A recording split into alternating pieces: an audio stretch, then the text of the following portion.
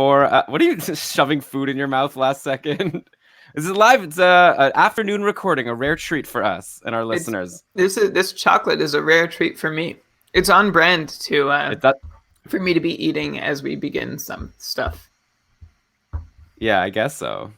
I don't really get it. It's just one of the things that I'll just never understand. Just because like there's all morning to eat. You could have eaten while you were prepping, but I guess did. And then you're still hungry? Why are you so hungry? Because I've been prepping for like 3.5 hours. That's what I'm saying. You could have eaten while you were prepping. I did. So I don't understand why you're still hungry.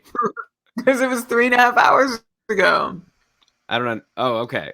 I thought you were prepping for 3.5. You ate at the start of prepping, you're saying? Or Yeah, and I prep slower, so I prioritize the prep. Oh, but have your little chocolates beside you while you prep, and then you could eat a snack, while you prep throughout the whole 3.5 hours. But anyways, you do you. Let's start this. Ryan's asking if we should lose the goose. I actually didn't ask. Okay, fine. When we talk about Subban, Brian, I'll also throw in about Gusev and what we want to do about that. You hate Subban. About Schmo. I mean, I'm just parroting the questions we get on Twitter and Facebook. Like, what if Subban has 0 points and then I bring it up and ask if people should be concerned? That's me hating Subban. You always hate Subban. I like him when he's good, which hasn't been for 3 years now. But why don't you save this gold for the show? This random attack that's not even true. Random gold where I say you hate Subban and you say show me the receipts. Yeah, it's like, find me one example of a time I hated Subban aside from saying he has this many points in this many games. Should people be concerned about him? Yeah. All right, let's start the show. We got Ryan here, so that means we have quorum, so we can do this. Okay, here we go. Yes!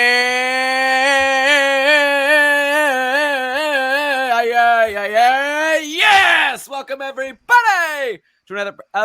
Got too excited. I don't even know what I was doing there. I'll just go after my everybody.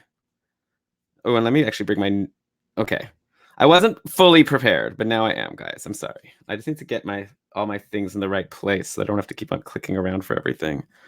My mistake times thing wasn't in the right place. That's on me, not on you, the listeners. Oh, this just means I get another chocolate. Yeah, you get a treat every time I make a mistake. My goal is to make you go hungry. Okay. Should I just start over? Was that good? That was stupid. I never have a plan. That's the problem. I'm like PK Subban. I never have a plan when the power play starts, and that's why it doesn't score a goal. Yes!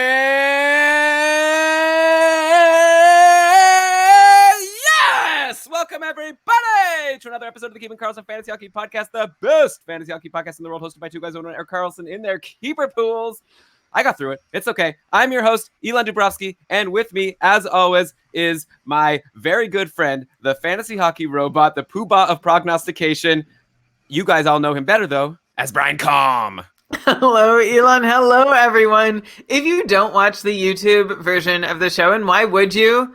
Because it's full of mistakes and silly moments. But Elon's face during the yes today alone makes it worth it. We don't have keepingkarlsson.com/live to get to our YouTube channel. Check it out. Okay. Subscribe. Say it again. Like and subscribe. Okay, yes. Come for the silly faces, but stay for the fantasy hockey content because we've got a ton to get to today. It's now 2 weeks in, not even, like a week and a half in, one full fantasy matchup in by the time you listen to this on Monday. And already people are freaking out, and for good reason, because a lot of the players we invested heavily on in our drafts are disappointing us. So, Brian, we're going to start the show today with a big bummer, and I'm going to go through a bunch of players who are doing absolutely nothing, and I'll ask you to decide whether or not we can let go of them or if we need to hold on and hope for better things. Before we get to that, let's, of course, start by mentioning that we are presented by DobberHockey.com, the top fantasy hockey website out there. I'm going there every day for the tools, the daily line combinations. You've got just starting goalies, plus articles. Like everything you need is at Frozen Tools, and then the articles at Dobber Hockey. It's the best. Check it out, DobberHockey.com. You need to be using that site if you want to do well in fantasy hockey. IMHO. But okay, Brian. Yes, let's start with these cold streaks or maybe snoozers. You'll tell us if these guys are snoozers or not, and that's a Keeping Karlsson term for players you need to let go of your roster. Because, yeah, we're approaching a couple weeks into the season, still early, but I want to know your thoughts on whether we can hold... Okay, so no, I already said that a bunch of times. Snoozers, people you could hold on to your roster or not. Let's start in San Jose, Brian, with a Sharks team that is now 1-4 going into their game tonight versus Calgary. And with a cold streak like this, a bunch of their players are putting their owners on tilt. Let's start with Tomas Hertl, 0 points in 5 games. He's been playing big top line, top power play minutes, but nothing is going in for him. He has 13 shots, which puts him on pace actually for 213 shots in the year, which would actually be his career high. But 0 points so far puts him on pace for 0 points on the year, which is very far below his 74 points last year. He's slated to play with Kane and LeBanc tonight. Do you think that by the time people listen to this podcast, Hertl will have already broken out of this funk, or is there actually something really concerning going on? There's nothing really concerning going on except what he's actually contributing to his fantasy owners' teams, which is absolutely nothing, right? It's really sad for anyone who owns Hertl. Hopefully you drafted him, you got excited, and you should have been. And he's actually doing some really great things under the hood. Tomas Hertl is on track for all kinds of career highs so far.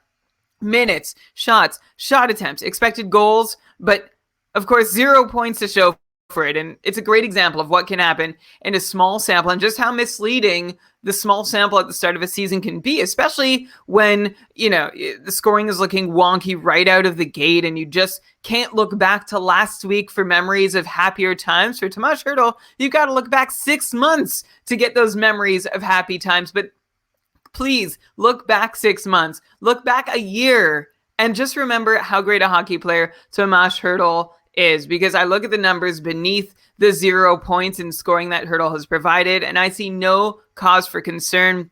In fact, I see a great buy low candidate, right? I am really looking forward, by the way. You said he's playing with Kane and LeBanc tonight. That'll be so great for Tomas Hertl. He's had some really weird line mates to start the year. Leon Bergman, Lucas Radil, Barclay Goodrow. These are the guys that Hertl's been playing with. And it looks like the Sharks are still trying to figure out exactly what post-Pavelski life looks like for them. And even post-Donskoy, for that matter, right? You've got 2 members of their top 6 or 9 suddenly out of the picture. And they really didn't have a suitable replacement come in and join the team instead. And so we've seen the Sharks scrambling and blending their lines and struggling to find out exactly how to configure and calibrate their top 6 or top 9. And I don't think the effect of all that shuffling has been lost on guys like Tomas Hertl, who continue to struggle to get on the score sheet. But Hertl owners, he's playing really well, okay? Don't give up yet. Better than ever, actually, if you're looking at his rate stats and all the numbers that generally lead to points being scored. So as Sam Cook's hockey-loving cousin once said, I know the points are going to come for Tomas Hertl. Okay, great. So that's nice to hear if you're a Hertl owner, and maybe good advice to buy low. I'm actually curious, Brian, as we go through this, I'm very interested to see if there will even be any players that I talk about that you'll say, okay, yeah, let go of them. Because you're always of the mindset that you hold on to the guys you drafted, you give them a chance. You're always talking about small sample sizes, and this isn't a knock. This is the way you play fantasy, and you usually win. You drafted these guys for a reason, right? You watched them last year and the year before, however many years before. You did your research over the summer. Don't let yourself get thrown off by a 3 to 5 game sample size, especially if you're looking beyond just goals and assists and seeing, oh yeah, Hertl's playing like another 2 minutes a night at even strength, and he's taking more shots on goal than ever, putting more pucks towards the net than ever. It's all going to be okay. He's the player you thought he was. He just hasn't been able to show you yet. All right, fair enough. So we'll go and we'll see when we hit our first player that Brian says, okay, yeah, you can let go of him. A couple more Sharks I want to bring up. Timo Meier finally picked up an assist in the 5-4 win over the Blackhawks on Thursday for his first point on the year in 5 games. He's been playing on line 1 with Couture, and in the last game, Patrick Marleau, who we'll get to soon. He assisted on a Marleau goal. He has had 4 or 5 shots in each of his last 3 games. But on the negative side, he hasn't been on the top power play. That's something we kind of expected him to take when we saw that Pavelski left for Dallas, but no, it's been Evander Kane who's gotten the opportunity, at least since he's came back from his suspension. So Timo Meier not getting that power play time, which maybe puts a damper on his upside. And right now, obviously, that puts a big damper considering he's not giving you many points. Otherwise, Kevin Labanc, how you brought up before, also got his first point of the season when he scored against Corey Crawford on the power play on Thursday. He has 17 shots overall in 5. He has 17 shots overall in 5 games at this point, but he's been playing in the bottom 6 for a lot of this season. But like I said, he's now slated to play with Kane and Hertl today, according to a tweet from Curtis Pashelka. So, okay, Brian, thoughts on Meier or Labanc? Are these the same as Hertl, like worth targeting if they've been dropped and definitely worth holding if you have them? Or is there reason to expect any of them to continue being in for a tough season? Let me start with Timo Meier, who, yes, we are all very sad he's not on the top power play. But what is great and will help cheer you up is that Timo Meier's shots are still coming, and he's playing with Logan Couture at 5-on-5. And last year, we all remember that Timo Meier nearly paced for 70 points without top power play deployment. So really, like, obviously, Elon, you've already identified it. We're not surprised that this is already a theme this episode, that there isn't anything here to get too worried about. Is it a bummer that we haven't seen Timo Meier get on the top power play this year that we hoped would happen, and then that would help take his production to the next level? Yeah, of course it's a bummer. But is his season going to be made or broken by that top power play deployment?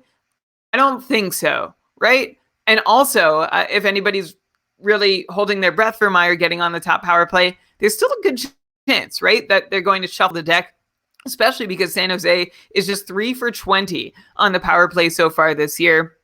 That's a 15% conversion rate, which isn't awful, but it's also not very good. So maybe that poor conversion rate can continue just long enough for the coaching staff to say, how about we try Timo on the top power play unit? And then hopefully he solves all the problems and the Sharks convert on 100% of their power plays with him on it. And then you also asked me about Kevin Labanc, who is another guy who's getting like blended around this Sharks lineup. In 5 games so far, I'm seeing 4 of them in which Labanc played at least a couple shifts with 5 or more different line mates. That's crazy. What are you supposed to develop with anyone when you're being moved? Like, right, the standard is you play with 2 guys the whole game at even strength, maybe a third guy for a couple shifts here and there, but 5 or more in 4 of your 5 games? Come on. Come on, Sharks coaching staff. Give Kevin some consistent line mates and chemistry. The upshot, by the way, of Labanc's deployment so far,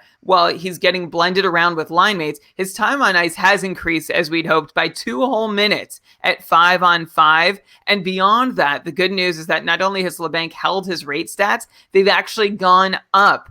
Again, we're talking about a small sample, so even the positive things we need to be a little gun shy about and say, well, we don't know this is going to last. And it's not always a slam dunk that a player can maintain their rate stats when their deployment grows the way Labanc's has, and likely, well, should sustainably grow too. But early returns are nice to see that.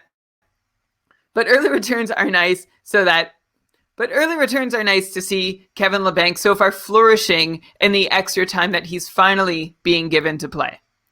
I mean, I guess you say flourishing because of these underlying stats, obviously not on the score sheet. But you're saying, again, another hold. Okay, this guy, though, Brian, come on. Martin frickin' Jones. What are people supposed to do about him? He's got an .854 save percentage, a 4.55 goals against average through 3 games that he's played so far. No wins, which was the one thing we were supposed to be able to depend on from Martin Jones. He's not even giving you that. Turns out it's hard to win games when you're letting in 4 or 5 goals per contest. Then, of course, I guess the one nice thing you could say about Martin Jones is that maybe he doesn't have a lot of competition from Aaron Dell because he hasn't been much better. He has an .884 save percentage through the 3 games he's played. He came in for a period in the second game versus Vegas. But hey, Dell is the one that got the win in that Chicago game. So, Brian, if Jones blows it again tonight, I imagine Martin Jones is going to play tonight once again. I believe it's against Calgary.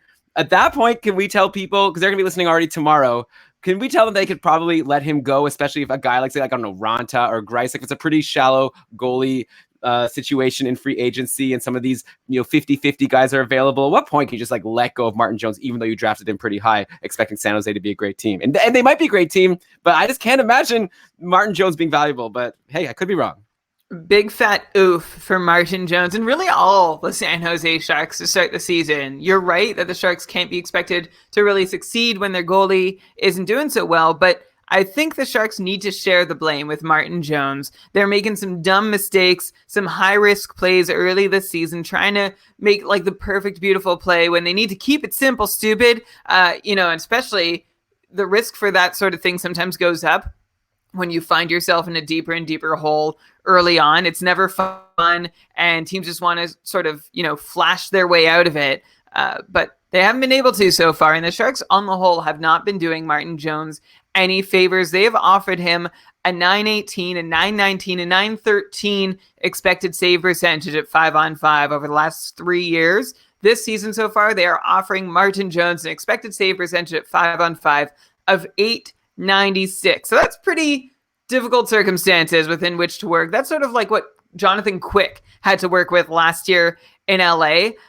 But of course, Martin Jones is doing what Jonathan Quick did in LA last year, which is play way behind his awful expected save percentage and put up an actual 5-on-5 save percentage of .860.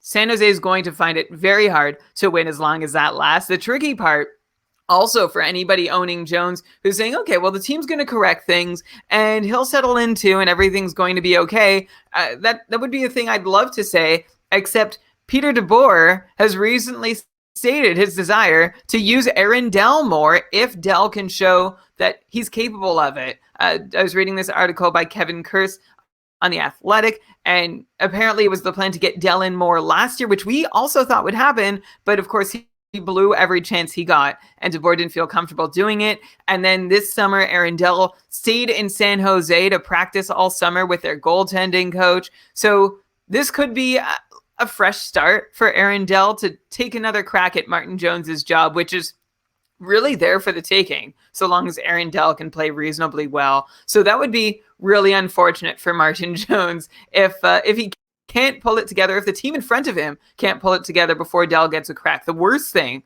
for Martin Jones would be if Aaron Dell doesn't play necessarily any better than Martin Jones. I'm not sure he's capable of being better than Martin Jones, but if Aaron Dell is the one who's in net when San Jose finally rounds out their defensive game and Hertl gets a goal and LeBanc gets an assist and everybody starts rolling, then maybe Aaron Dell gets to stay a while, right? So that would be the biggest concern for Martin Jones, is that he's in the wrong place at the wrong time.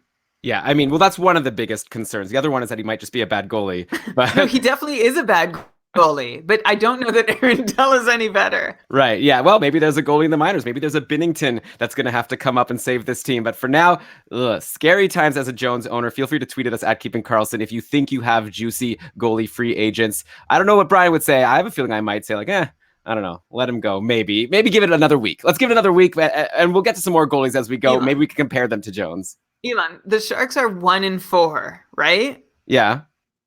Okay. Do you expect them to win 1 out of every 5 games they play? No, but I mean, obviously it also depends on your league format. If goals against average and save percentage play into it, I just don't have much faith. Like, I saw the playoffs last year. I had a bet on the Sharks. I was watching all their games. It was very scary to watch. Jones let in so many goals. The Sharks had to score 4 or 5 goals to win every game they won. There's no doubt that Martin Jones kind of sucks, right? Like he's not a very good hockey player or a good goal. Sorry. Yeah, there's no doubt that Jones might not be a very good NHL goalie, but he's the goalie that the Sharks have, and I think they're forced to use him, and I think they're willing to use him so long as he doesn't blow it completely, which I know is a difficult disclaimer for him to hold up his end of the bargain for. Yeah, sorry, Brian. I'm getting deja vu from talking about Jake Allen at the start of last season. Sorry about that. Okay, on the plus side, let's say one nice thing about the Sharks. This whole show's been about the Sharks so far. How about Patrick Marleau signing a $700,000 contract with Patrick Marleau? Signing that 1 year, $700,000 contract and getting into the next game to keep his Iron Man streak going. He played on the top line with Couture and Meyer and scored 2 goals, including one from the second power play. Brian, is there anything here? Like, Marleau only managed 37 points last year as a 39-year-old on the Leafs. Is it at all possible that he can now somehow be fantasy relevant as a 40-year-old? I mean, you got to love this deployment at the very least. I feel like, Marleau is going to be somebody who everyone is trying to add out of free agency right away, right? And I think what I would be doing is seeing, okay, who'd that guy drop to add Patrick Marleau? Who did they let go of to make room for him? Because I don't think Marleau is going to offer the value that so far seems apparent. Like you said, Elon, he's an old guy, right? He's not going to be setting the world on fire. It's nice that he landed in San Jose, and it's a beautiful story, but I think somewhere between, say, 37 points and 47 points feels right for him this year. I choose those numbers because 37 points is what Patrick Marleau had playing alongside Nazem Kadri and Sami Kapanen. Oh, not Sami Kapanen, Kasperi Kapanen, and sometimes Austin Matthews and William Nylander last season. And then 47 points is what Marleau had the year before that, playing with some mix of Kadri, Komarov, and Mitch Marner. Next to Couture and Meyer is a fantastic place to be for Patrick Marleau, but it's not going to be enough to get him up and above 50 points, especially because he's not going to factor in on the power play. I think 20 goals, 20 assists would be a nice season for Patrick Marleau, and I'm not expecting a whole lot more. Okay, fair enough. So maybe hold off on adding him unless you think you can add him and then maybe swap him really quickly. It's hard to imagine he'll be... I mean, it depends how deep your league is, obviously, but if you're saying that you don't expect more than 50 points, that's probably not fantasy relevant in most formats, aside from a stream here and there. All right, Brian, so fine. We can't drop all of these Sharks just yet. I feel like you've got to at least be ready to give people permission to drop at least some of these god-awful Minnesota Wild players, right? After the 7-4 loss to Pittsburgh yesterday, this team is 0-4, seemingly going nowhere fast. I'm going to go into our backlog and edit out everything I said in the preseason about the Minnesota Wild looking like a potentially sneaky playoff contender. I wish I never said that because this is looking very, very bad. So let's go down the sad list of disappointments so far. And I guess I'll do a reverse Sharks here. Let's start in net with Devin Dubnyk, who has played 4 games now, sporting an .862 save percentage after being pulled after the 5th goal yesterday versus the Penguins. Leading into the season, we talked about Dubnyk as someone who's maybe only average as a goalie at this point, but is supported by one of the best defenses in the league. Is that no longer the case anymore? Are we just looking now at like another Martin Jones, but with an even smaller chance of winning games? And like the thing is, again, like I said about Jones, but then you said maybe Aaron Dell could challenge. There's no way Alex Stalock challenges Dubnyk for starts. So I imagine Devin Dubnyk is still going to get you starts, which would be the reason to hold on and hope for him to be better, unless we want to start looking at someone like Kaapo Kakkonen in the minors who potentially has a shot to pull a Binnington. But yeah, what are your thoughts on Dubnyk so far, and what do people do if they drafted him? I'm so happy that this is the year I decided to stop caring about goaltending skill and just banked on brute forcing my goalie spots and saying, okay, I just want guys who are going to start a lot, like Martin Jones and Devin Dubnyk. Seriously, I've never drafted either of these guys ever.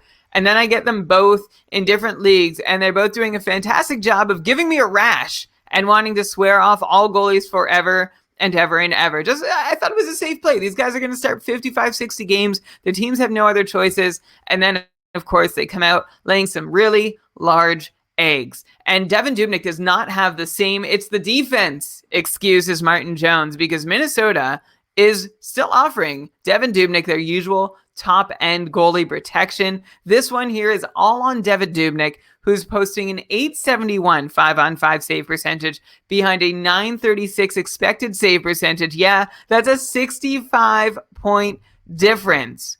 So that's terrible. Awful. Should never happen. And it's probably a small sample thing too, but it's still like, it shouldn't even happen in a sample as big as 4 games. Get it together, Devin Dubnyk. There are the plus side is that there are no Dell-like whisperings that Alex Stalock should be getting more games in this year. So Dubnyk owners, I think, have more reason to hold steady than Martin Jones owners, although I think both of them should really just be holding steady right now. Wait for their teams to figure it out. The Wild pride themselves on defensive play, and they're going to keep locking it down. And I think Dubnyk still has time to settle in. You know, it's fun, Elon, you keep mentioning fun to like think of the next Binnington, but even if they did call up one of their minor league goalies or their prospect goalies, there's kind of a difference between this year's Minnesota Wild and last year's St. Louis Blues, and it goes beyond just the goaltending. Yeah, that's fair. Yeah, Minnesota being a very...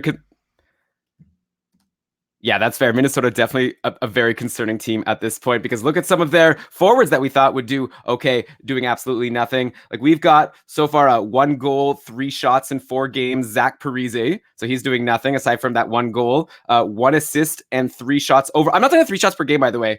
3 shots overall in 4 games. That's Zach Parise. Also 3 shots in 4 games for Eric Stahl so far. He has 1 assist. We've got Matt Zuccarello, also 3 shots overall, pointless in 4 games. So all three of these guys not doing anything. I'm not like, no hits, no shots, no blocks, no points. Barf, barf, barf.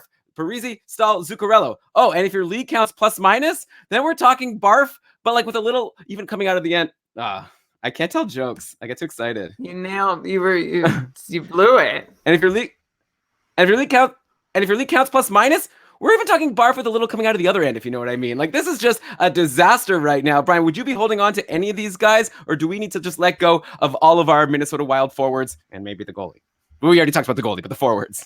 Yeah, definitely hang on to the goalie. Hang on to again. You know what you tried to learn over the summer, and you know what you went into your draft thinking. 5 games. You were basing your decisions, I hope, on 80 game samples at least. Don't let 5 game samples change your mind. But I understand the temptation, especially for these Minnesota Wild forwards who have just combined to do a terrible job of scoring goals. Minnesota has scored just 6 goals over their first 3 games. Elon, I feel like that needs an update because they've played more than 3 games. So maybe you can help provide it at some point. Everybody stinks on Minnesota is essentially the moral after the first run of the season. Bruce Boudreau said in a post-game quote that the Wild aren't going to win by scoring like a whole lot of goals. And it's not like this is a change in philosophy either. The Wild were a bottom 5 team in 5-on-5 goals scored last season, but there was still offensive relevance to be found amongst the forwards and defensemen in their lineup this year. Not yet. I don't at all love also that Parise and Staal are both supposed to be everything for the lines they're playing on. You've got Parise playing with Luke Kunin and Joel Eriksson Ek. You've got Eric Staal playing with Jordan Greenway and Kevin Fiala. Just put Parise and Staal together. Call it a day. Let's not make things too complicated. And then, of course, you've got the line that actually has 3 solid players on it. Jason Zucker, Matt Zuccarello, and Mikko Koivu, who are doing okay. Zucker's got a couple goals. Good for him. But I think Parise and Staal should probably not be spread out across 2 lines if those 3 are all on one line. The Wild aren't deep enough to do it. Just to zero in a little bit, zoom in on what Parise, Staal, and Zuccarello have been doing so far this year. Parise's down 60 seconds of 5-on-5 ice time. His shot rate stats are down a lot. Actually, they're down like 75%, fewer than 3 shots per 60 minutes. That's not per game. That's per 60 minutes played. And this is a guy who's a big shooter, right? He usually gets 9 or 10 shots per 60 minutes at 5-on-5. So something's wrong there. And then you look at Eric Staal and you see he's also down. He's down 2 minutes of 5-on-5 ice time, similar declines in his shot rates. And it's so weird because Staal and Parise, these guys are their lines, and they're not the ones getting shots off. And then you look at Matt Zuccarello, who's really experiencing the same thing as the other 2 in Staal and Parise. Fewer minutes, fewer shots being directed on net. 4 of Minnesota's top 8 shot getters, by the way, are defensemen, including their top 2, who are tied for first. Jared Spurgeon and Ryan Suter lead the Wild in shots on goal. And then it's Kunin, Marcus Foligno, Ryan Hartman, Mikko Koivu leading the way for forwards. It's a supremely weird start for the Wild offense, which means that I'm not going to rush to drop them because it's too weird to keep going. I am feeling a little less worse about my losing out on adding Eric Staal in the cupful. I bid big on him. I was outbid bigger, and I haven't missed anything. So I feel fine about that. But I think I still believe, especially that Parise can get going. Staal, I think I can get going too. But if you own him in a league, take a look at who your other centers are, because if his value over replacement isn't that great, you might want to swap him out, at least just for the short term, if you're able to stream him out and still have the chance to bring him back in. Yeah, okay. So, Brian, I'm going to have to disagree here because you're saying, you want to look at the 82 game sample from last year as opposed to the 4 or 5 game sample this year. The thing is, there's a reason why Dom Lucian, regresses players that are older when he comes up with his models and his projections, right? Like, these players are all in their 30s at this point. I'm not saying forget that a player is subject to the effects of chronological age. Yeah, but Parise, Staal, and Zuccarello all in their 30s. Also, with Zuccarello, so they're going to go from everything to nothing? Well, I don't know. Obviously not to nothing. Elon. It's a gentle drop. Not what we're seeing here. Okay. We'll have to wait and see. Zuccarello, I'm especially concerned about because last year, don't forget, he got all those points. He was playing with Zibanejad, who I think we're starting to learn is pretty freaking amazing. And now he is definitely Starting not. to learn. Well, you know what I mean. Like he's having some. Let me talk about him. I'm trying to get excited about how fun the season has been for some of these people not on the Minnesota Wild. Zuccarello, I'm going to say you could drop him. Eric Stahl, probably you could drop him too. Parise, I don't know, give him another game, but I'm very concerned about all of these guys. But obviously it depends who's available in your free agency list. These guys have all been getting dropped in my leagues. Brian, Eric Stahl was just dropped in my Cupful division, Tier 1 Sweden. So we'll wait and see if there's a $17 bid, tomorrow when he becomes available. I have a feeling that's not going to happen. Maybe I'll put down a 0 if I can think of someone I think might be even worse than him that I could drop. But, we could agree to disagree here. And it's probably going to be somewhere in the middle, right? Like, I'm not saying these guys are going to be awesome. You're probably not saying that either, but you're saying you think they could do better than this. But they're going to have to do a lot better, right? Like, we want 50, 60-point paces from these guys to be fantasy relevant, what we expected last year. And 4 games in, it's not fair to judge. I mean, Eric Stahl only had 52 points last season, and we detailed in our almanac a bunch of things that went wrong because he had 76 points the year before, 65 points the year before that. Yes, he's 35 years old now, but going from 76 to 52 to now I guess he's pacing for 20-something. It's not how it works, right? You've got to at least expect some measure of fantasy relevance from from Eric Stahl. Jordan Stahl, of course, you can expect it from Elon. But I'm hoping that before long, Stahl and Parise are united and can finally do great things together. Yeah. I mean, I could definitely think of counterexamples to what you're saying, but that's how hockey is. Like Jeff Carter, was getting 60 points a season, and now all of a sudden he's complete garbage. And actually, let's get to that team, the LA Kings. Maybe we'll even get to Jeff Carter. But first, how about another terrible-looking goalie in Jonathan Quick? Yeesh. 14 goals against in his first 2 games that he's played versus Vancouver and Edmonton. Jack Campbell has also played 2 games. He hasn't been especially great in either, but still head and shoulders ahead of Quick with only 7 goals against and 2 wins.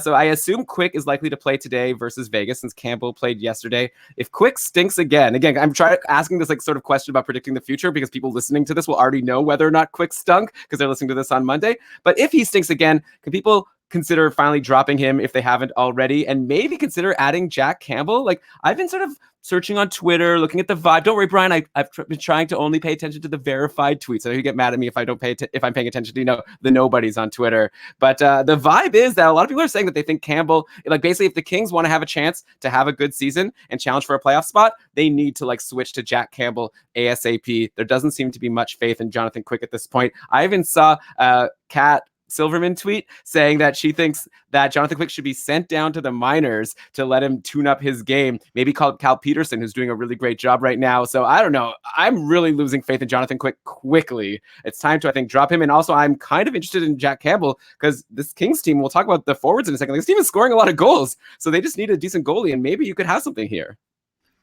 Yeah, maybe.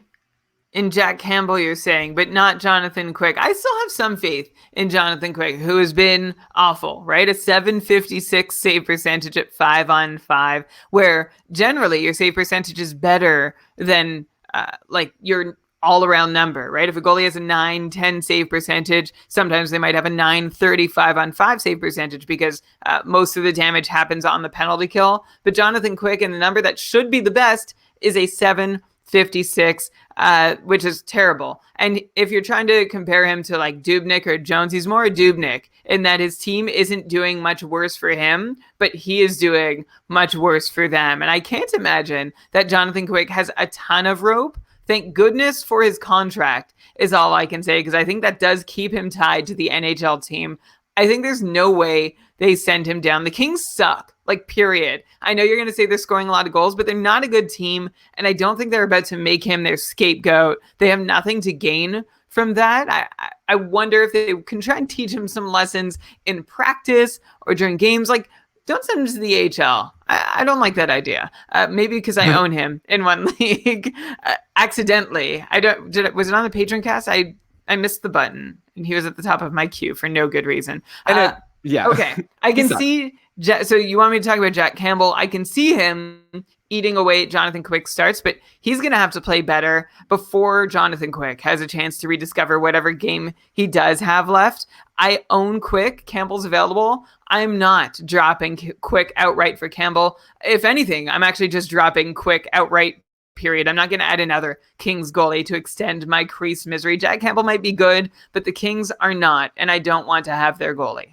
Okay, well, sure. Maybe if you're deciding between Quick and Campbell, the answer could be neither. But again, another potential goalie that if you're holding on to a Jones or a Dubnyk or a Quick, if someone like Jack Campbell's in free agency, you might start considering to yourself, there's someone who might end up being good. But obviously, you're saying you don't believe in it yet. We'll have to see. Like Jack Campbell had a really good run last year, so there might be something here. This might be like a Darcy Kemper in waiting, where you never expected anything from him for a long time, and all of a sudden he's turning into a really good player. But yeah, we'll have to see more data. As far as you saying that you don't think they'll send Quick down, because what do they have to gain? I think what they have to gain is like trying to actually be a good team and win. Like that's the goal of an NHL franchise, is to win games, try to get into the playoffs. Not all, yeah, unless they're tanking. But Cal Peterson's been good. And what does it matter what his contract is? Send him to the minors. No one's gonna. If someone claims him on waivers, it's the best thing that could ever happen to the LA Kings. It's not gonna happen. So they can do whatever they want. Don't tell them what they can't do.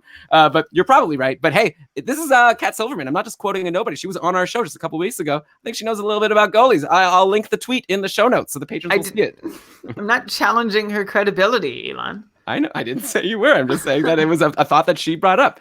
Okay. Like I said, the crazy thing about the Kings so far, they're actually scoring a lot of goals after their 7-4 win over the Preds yesterday. They've got 18 goals in 4 games. Andrei Kopitar up to 2 goals and 5 assists in 4 games. Drew Doughty, 3 goals and 2 assists. Dustin Brown, 2 goals and 3 assists. So the guys who are probably already owned in your league are doing well. The people who waited in their drafts and snapped up Kopitar and Doughty feeling very good about themselves. And of the players that could potentially be available in your free agent list, we've got Tyler Toffoli with 2 goals and 2 assists so far. Ilya Kovalchuk has 2 goals and 3 assists. Kind of everyone's getting in on the fun aside from Jeff Carter and his sad only 1 assist when the Kings are scoring all of these goals. So, Brian, do you think the Kings can keep up the scoring to some extent? And would you be looking at Toffoli or new coach, new Covey as potential FA ads?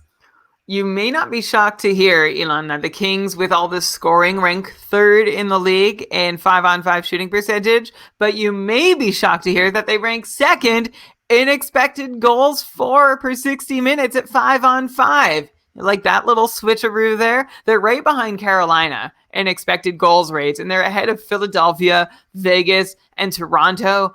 Is this what happens when you give up 21 goals in 4 games, that every game suddenly turns into a track meet and you can just keep scoring because it's wide open and nobody cares about defense anymore? That's the best case you may be able to make for the Kings to continue scoring goals. I am not totally convinced that they've got the personnel to keep up this way, but it's nice to see while it lasts. And we know that Kopitar, Doughty, Dustin Brown were all available in your drafts this year for great value, and they're providing great early returns for their owners. As for Kovalchuk specifically, he's playing at even strength with Trevor Lewis and Michael Amadio, so good for him for putting up whatever production he has, but it's really not the best place for him to be producing. And Toffoli also makes an okay stream as per usual. He's doing his 3 shots per game thing, which is lovely. As long as the Kings are scoring goals, go ahead and grab them. I just don't see this lasting. I don't see them being one of the league leaders in goals scored when all is said and done. Okay, yeah, so wait and see. But if you like their schedule in an upcoming week, maybe take a shot on Kovalchuk. Brian, you say you don't like him playing with Trevor Lewis and Michael Amadio. How about saying, I love how Trevor Lewis and Michael Amadio get to play with all-star Ilya Kovalchuk. Maybe it's a little late for that, but I like what I'm seeing from him. He did start last year hot too before, he got a little bit buried by the coach. So I'd be curious to see what Kovalchuk can do. But Brian, if you want to go see guys like Kovalchuk and Kopitar, you're kind of running out of time. They're getting to the twilight of their career. So you might want to, if you're in the California area, go check out a Kings game. And if you want to get tickets to that game, why not use our friends over at SeatGeek? Because Brian, if you use something else, you know what it's like. It's almost like these ticketing websites, they're making it difficult on purpose to get tickets to your sporting events and concerts that you want to go to. It's always like they don't care about the customer experience. There's weird fees showing up at inopportune times. I don't even these sites. I hate them, but I really do like SeatGeek because it's a site that makes it easy for all of the people who are using it. They've got millions of live event tickets, a price match guarantee. You could use the app. You could sort all the events in your city by value, which is, I think, a really good feature. Also, the price that they show you is actually the final price, which I really appreciate. You could take a quick look at the App Store. You've got over 50,000 5-star reviews. How's that for customer satisfaction? So, anyways, I could just tell you forever how great SeatGeek is. It's the site that I use when I want to buy tickets to things. I'm taking a look in LA right now at if I was in the area. We have a former podcast. What do you call it? Colleague, co-host. Not co-host. What's John Reed? A former podcast member? Not member. Co-host. He wasn't a co-host. He was a guest. Oh, guest, obviously. Okay. Former podcast guest John Reed. He lives there. So John, if you want to check out some events in LA, there's some good ones coming up. Brian, why don't you try to guess which one is the most expensive? You could go see the Flames at the Kings next weekend. So that would be fun. You could go for a little drive and go see the Hurricanes at the Ducks. Or, which one should I say here? I'll do a concert, or the Jonas Brothers. So which one is going to be the most expensive between those 3 tickets? Jonas Brothers. Oh, damn. That was an easy guess for you. And you're right. Yeah. So you got to drop $56 to go see the Jonas Brothers, but we're talking $17 for Flames at Kings and $21 for Hurricanes at Ducks. So some good ticket prices on SeatGeek if you want to see some NHL action. Want to take a guess, Brian? Lizzo is also going to be there next weekend. What do you think? Plus or minus $200? Minus? No, plus. Well, you're asking me, so it's plus, obviously. Well, it could have been $199, but yeah, Lizzo is hot right now, so maybe you want to go see her, and you can get your ticket over at SeatGeek. And if $204 for Lizzo seems like a lot, how about $194? Brian, tell our listeners how they can get that price.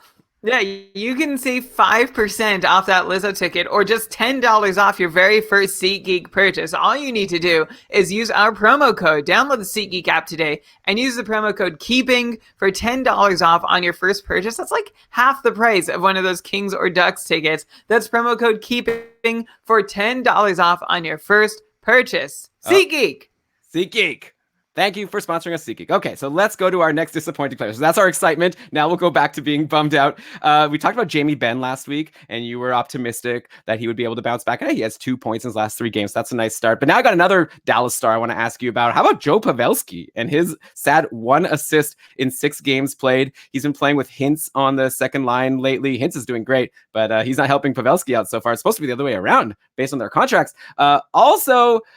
John Klingberg hasn't been doing anything on Dallas. He only has 1 assist in 6 games so far. So, what is happening in Dallas? All of these star players, no pun intended, that were drafted super high, kind of disappointing. Very disappointing for the Dallas Stars as we watch them really stumble out of the gate. They're kind of a mess, aren't they? Kind of a mess, aren't they? There are team-wide issues happening, right? They're 1-4-1. They're 1 out of 20 on the power play, making tons of mistakes left and right. And then you have Joe Pavelski.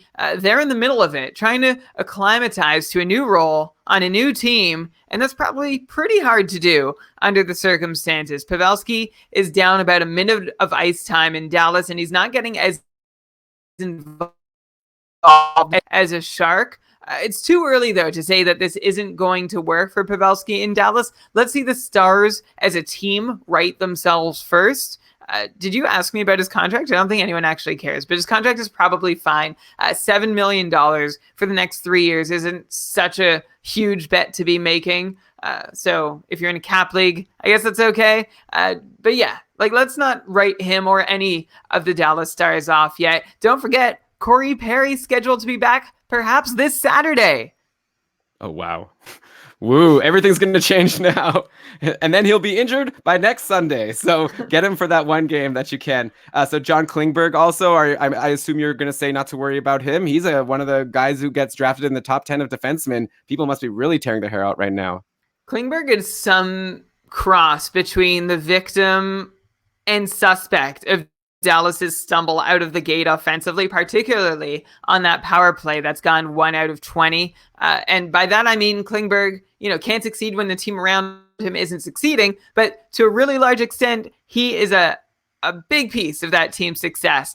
So he needs to step up his game too. Dallas is shooting less than 5% with him on the ice this far, though. So that's going to change. Klingberg is going to get points. But yeah, it's maddening to be having this conversation and having all this talent in Dallas. Kling, Benn, Seguin, Radulov, Pavelski, and see the team ranked 28th in goals for per game played. They've been anemic so far. They ranked 29th in expected goals at 5-on-5, and the Stars need to turn this thing around, but it doesn't look like anyone knows how. I was reading a Sean Shapiro article over at The Athletic, and the coach, what's his name? Jim Montgomery, he sounded a lot like Peter Laviolette did, talking about the Nashville power play at the end of last season. Montgomery's like, we tried this. We tried that. We're doing this. We tell our players this. And like just going through a list, and it's like, man, none of this is working. Figure it out.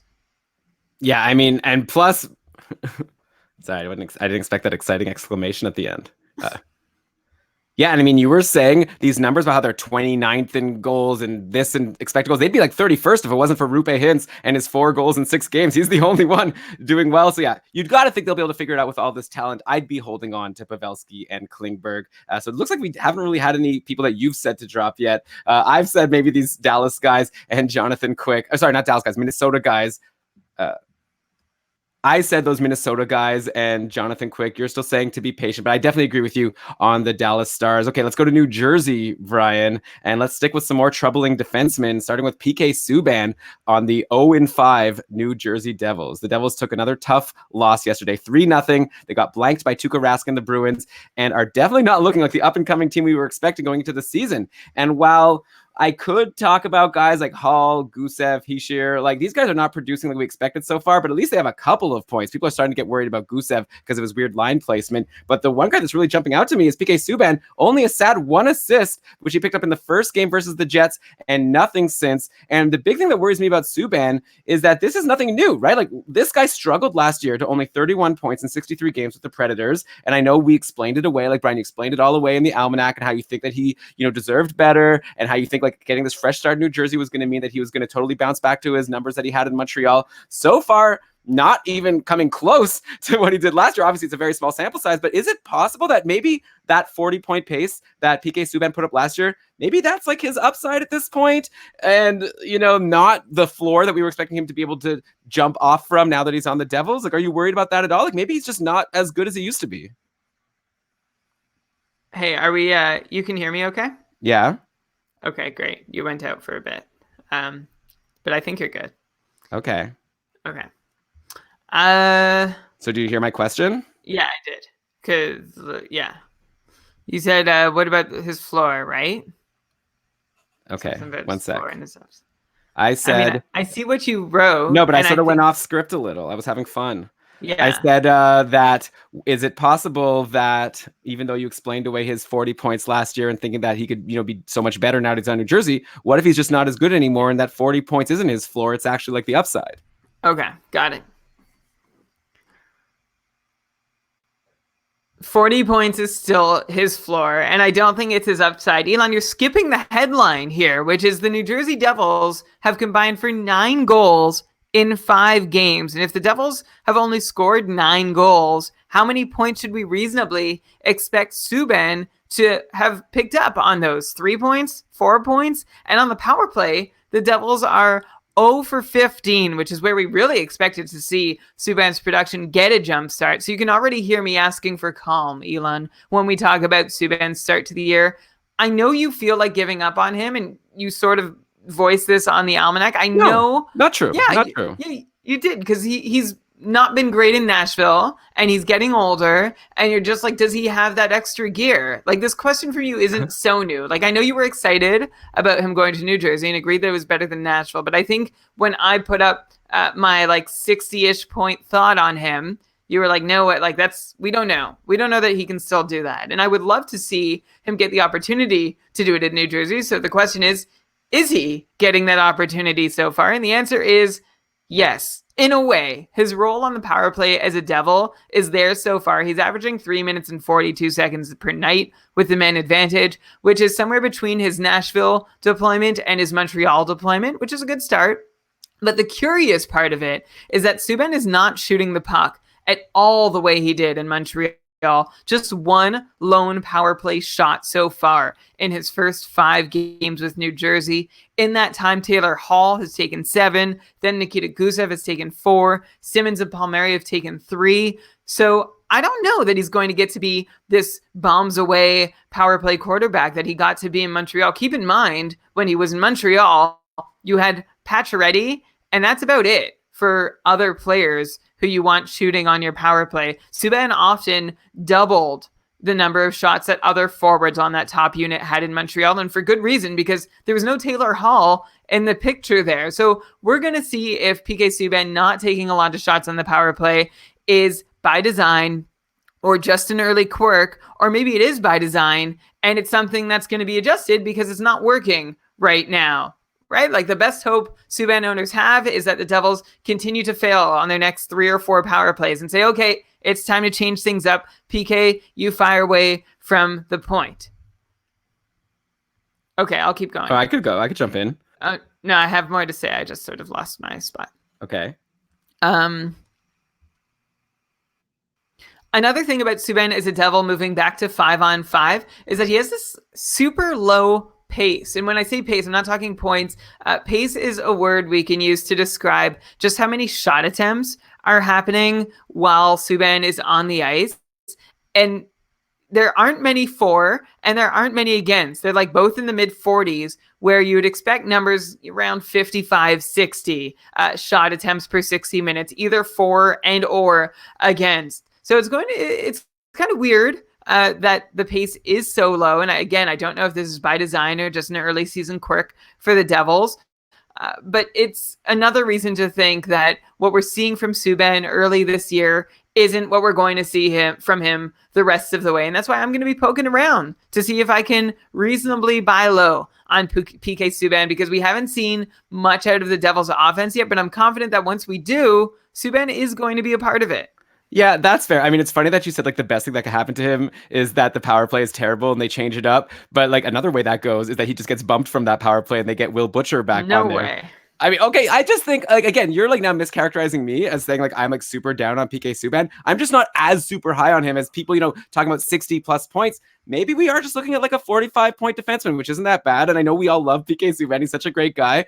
But, you know, these Montreal years that you keep talking about, it's already, like, 5 years ago almost. Like, this is a long time ago. This guy's in his 30s. He's had some injury issues. Like, I'm sorry, Brian, like, with these Minnesota players, like, at some point, these players slow down. And I'm not going to be expecting 60-point PK Subban until I start seeing some glimpses. And if you're going to try to buy low on him, like, I think it's good advice. Obviously, he's not this bad. And even like a 45, maybe 50-point defenseman is valuable. But like to our listeners, like I wouldn't want to spend too much on someone that it's been a couple years now since he's been, you know, fantasy relevant to a significant extent. I hear you. And I don't think we'll ever see Montreal PK in full again. Like that was the peak of his career and he was getting incredible deployment and the whole system worked around him. But I'm already happy that, you know, you started by asking me, is his upside what we thought his floor was at 40? And then you snuck up to 45 and then you just said 45, 50. Yes, he's in his 30s, but so are we, Elon, and we're not slowing down. Like we're okay. I think we're doing okay. You mentioned Jeff Carter, by the way. You were mentioning those Minnesota players and how aging curves happen. Like Jeff Carter went from 66 points, and then he was almost a point per game, 22 points in 27 games as a 33-year-old before he got injured and missed the rest of the season. Then he had 33 points in 76 games last year, which is too big a drop. Like there were contextual factors to be considering coming back from an injury, a garbage coach and team situation. Like when we're talking about aging curves, we don't say 60 points and then 40 points, right? You see a drop. Generally, you see a steady decline. Players like Corey Perry or Danny Heatley are the exception just because of their playing style. Like when you have these shooters and Bobby Ryan who can't totally skate all that well, but they're really great, you know, when they can get to an open space and fire it off, that's perfect. But that ability goes really quickly when shooting, like having that quick shot is their one dimension. But you're generally seeing in the case of Eric Stahl, 60 points, 55, 50, 45. Like it's much more gradual than you're letting on. That's my example of an aging curve that I think it helps to clarify.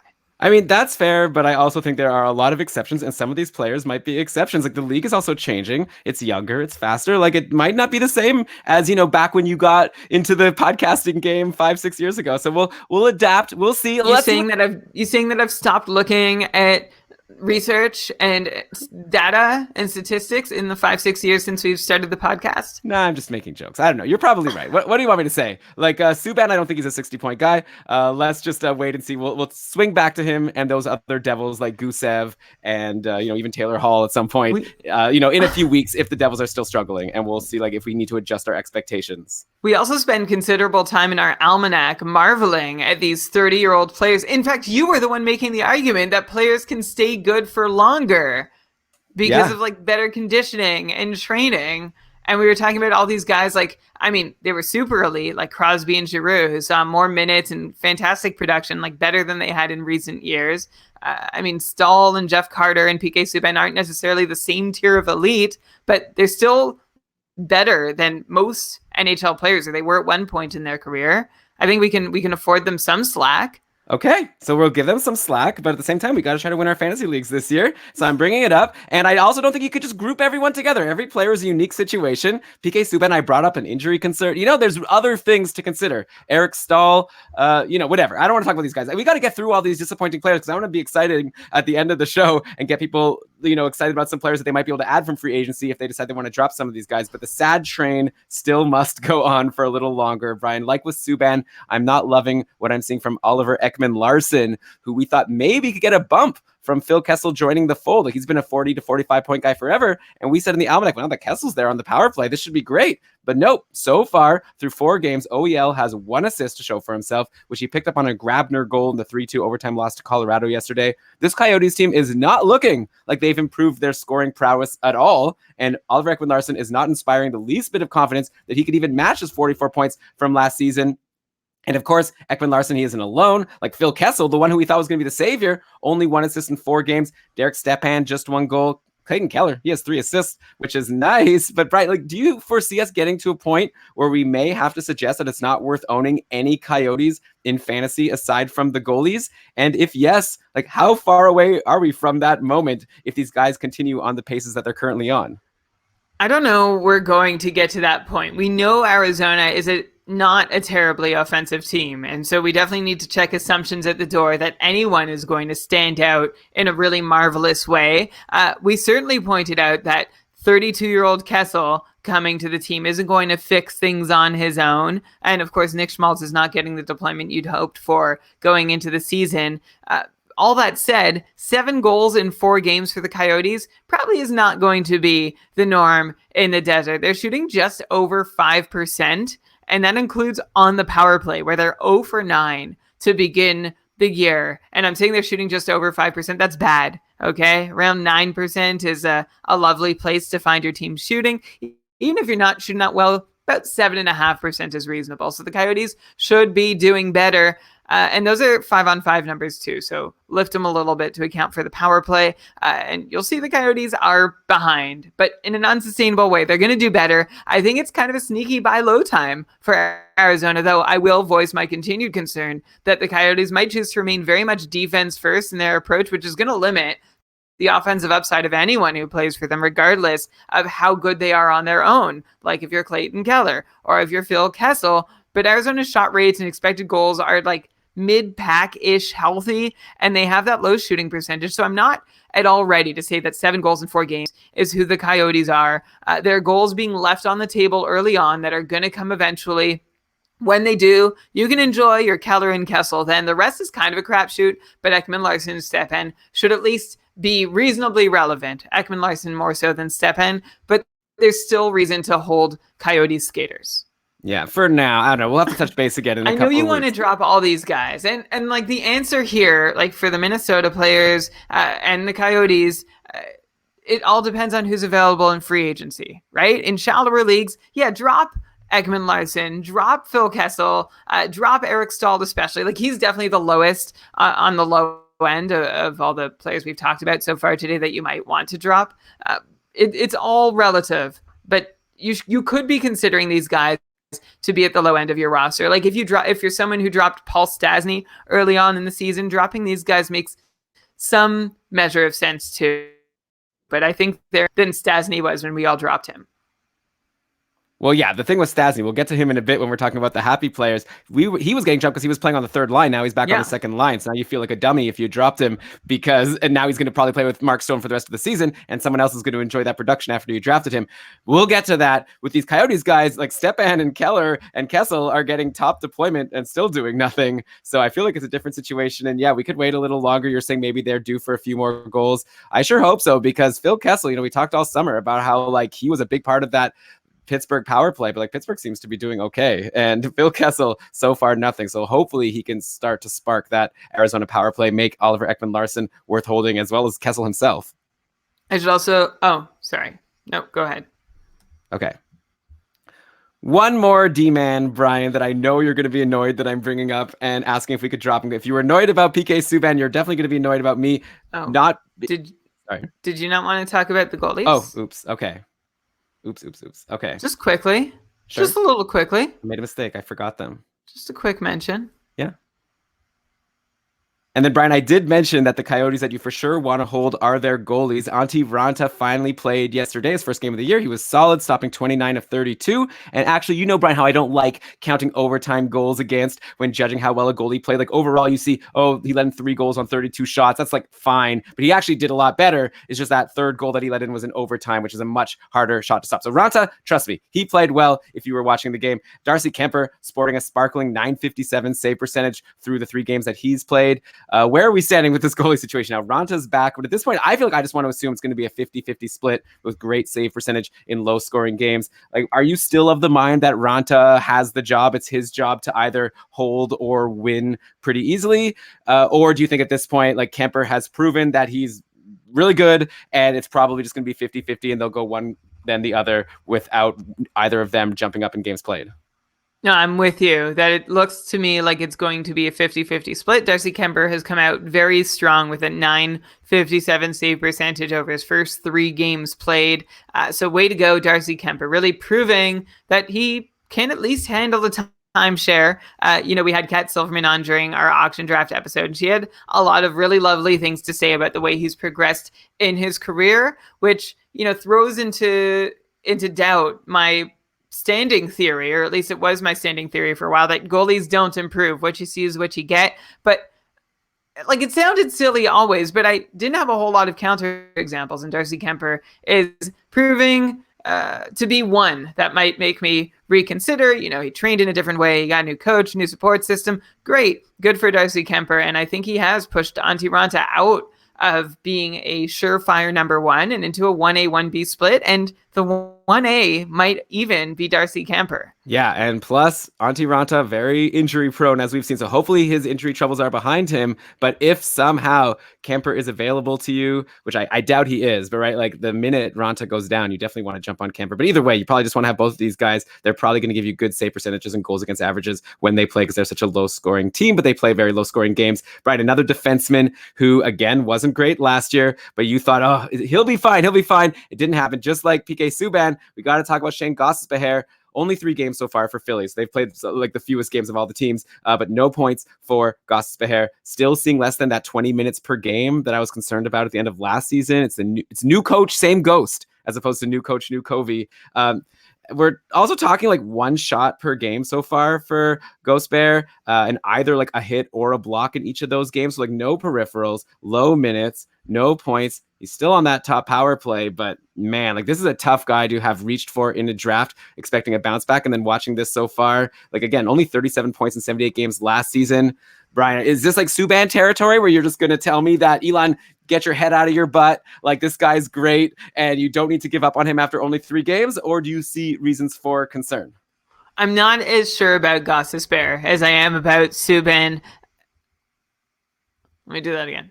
I'm not as sure about Gostisbehere as I am about Subban, but let's take a look at another Philadelphia Flyer who's struggled out of the gate. He has just 1 assist in 3 games. He's down 3 minutes of ice time, and his name is Claude Giroux, okay? So let's just take it easy when we're talking about the Flyers. I guess it is kind of facetious of me to bring it up that way, because Gostisbehere is not looking as good as Giroux is elsewhere in his numbers. Gostisbehere is showing essentially 0 signs that would point to the bounce back we're hoping for. But we do need to remember that Philadelphia had this super weird start to the season in their schedule. Like, not the way they're playing, although the way they're playing is a little weird, but their schedule. They've only played 3 times. They opened the season in Prague, then they flew home for 1 game, and then they flew to Vancouver. The NHL's had them travel a ton to begin the year, and I feel like that's a piece of this time on ice puzzle with Giroux and Gostisbehere, and Jacob Voracek also down to 15.5 minutes per game, a 3-minute drop since last year, which is not going to sustain. I feel like this is all just about managing health and wellness amongst players through this really strange schedule quirk to begin the year. It is a fine sign that Gostisbehere is still seeing the majority of his team's power play time, though it's not quite as much as it's been in past years. I don't know. It's been such a wonky start to the season. I think we need to give Philadelphia another week before trying to figure out if they're meeting or blowing our expectations. Gostisbehere early returns are not great, though. And if I did have him and there were some interesting defensemen available in free agency, I might consider letting him go just until he shows something, because I don't think anyone else is going to race to grab him after what he did essentially all of last season. There's the risk he's going to do it all over again this season. Yeah. But not the same with PK Subban. But that's because Subban is in a new situation. Gostisbehere, same situation, and he didn't produce last year. That's why I wouldn't also compare him to Claude Giroux. Sure, Claude Giroux's struggling a little bit out of the gate, but he gave us like 100 points last year or so. Yeah. I think that we could probably give him a pass for now. Though there is another defenseman on the team who's doing fantastically. Ivan Provorov has 3 points, 2 of them from the second power play, which means he's kind of good on the power play. So that could also be someone that could challenge Gostisbehere for that top power play time if he continues to struggle. And like you said, though, it's very early. We've got like Voracek and JVR. Both of them are pointless in 3 games so far. I won't bug you about them yet, but definitely guys we'll need to address soon if they're still pointless come next week's show or a couple weeks from now once we've got a decent sample of games. On the positive side, along with Provorov, how about Travis Konechny? 3 goals, 2 assists in 3 games now. He's actually been a big beneficiary of what we talked about last week of Sean Couturier getting bumped to the second line and second power play. Now Travis Konechny gets to play with Sean Couturier full time, along with Oscar Lindblom at even strength on the power play. Is Konechny for real? Like, if he's still available, do people need to add this guy before it's too late? Like, a great start. He had a great pedigree coming into the league. He had stretches of being good over the past couple of seasons. Maybe this is the year he finally puts it all together, and this is your last chance to get him. We liked Konechny in our almanac. We put him in the mid-50s, but so far he's already showing to be maybe a little bit better. And, it is a little hypocritical of me to want to reserve judgment on players like Gostisbehere and say, let's wait and see when they're not doing what I think they do. And then for players like Konechny, be like, oh, yeah, these 3 games definitely show that he can be counted on. I do think, though, that this is the real thing from Travis Konechny, kind of. He's scored 3 times on 7 shots. He's assisted on every power play goal scored while he's been on the ice. None of those things will sustain. But as we said before, I think Konechny's a legit player. And he's been one of those guys in Philadelphia who's been asked to play more minutes while we see the minute counts of Giroux and Voracek tumble a little bit early in the season, which again, I think is just a travel issue, but something to keep a close eye on. I'm happy to see Konechny succeed.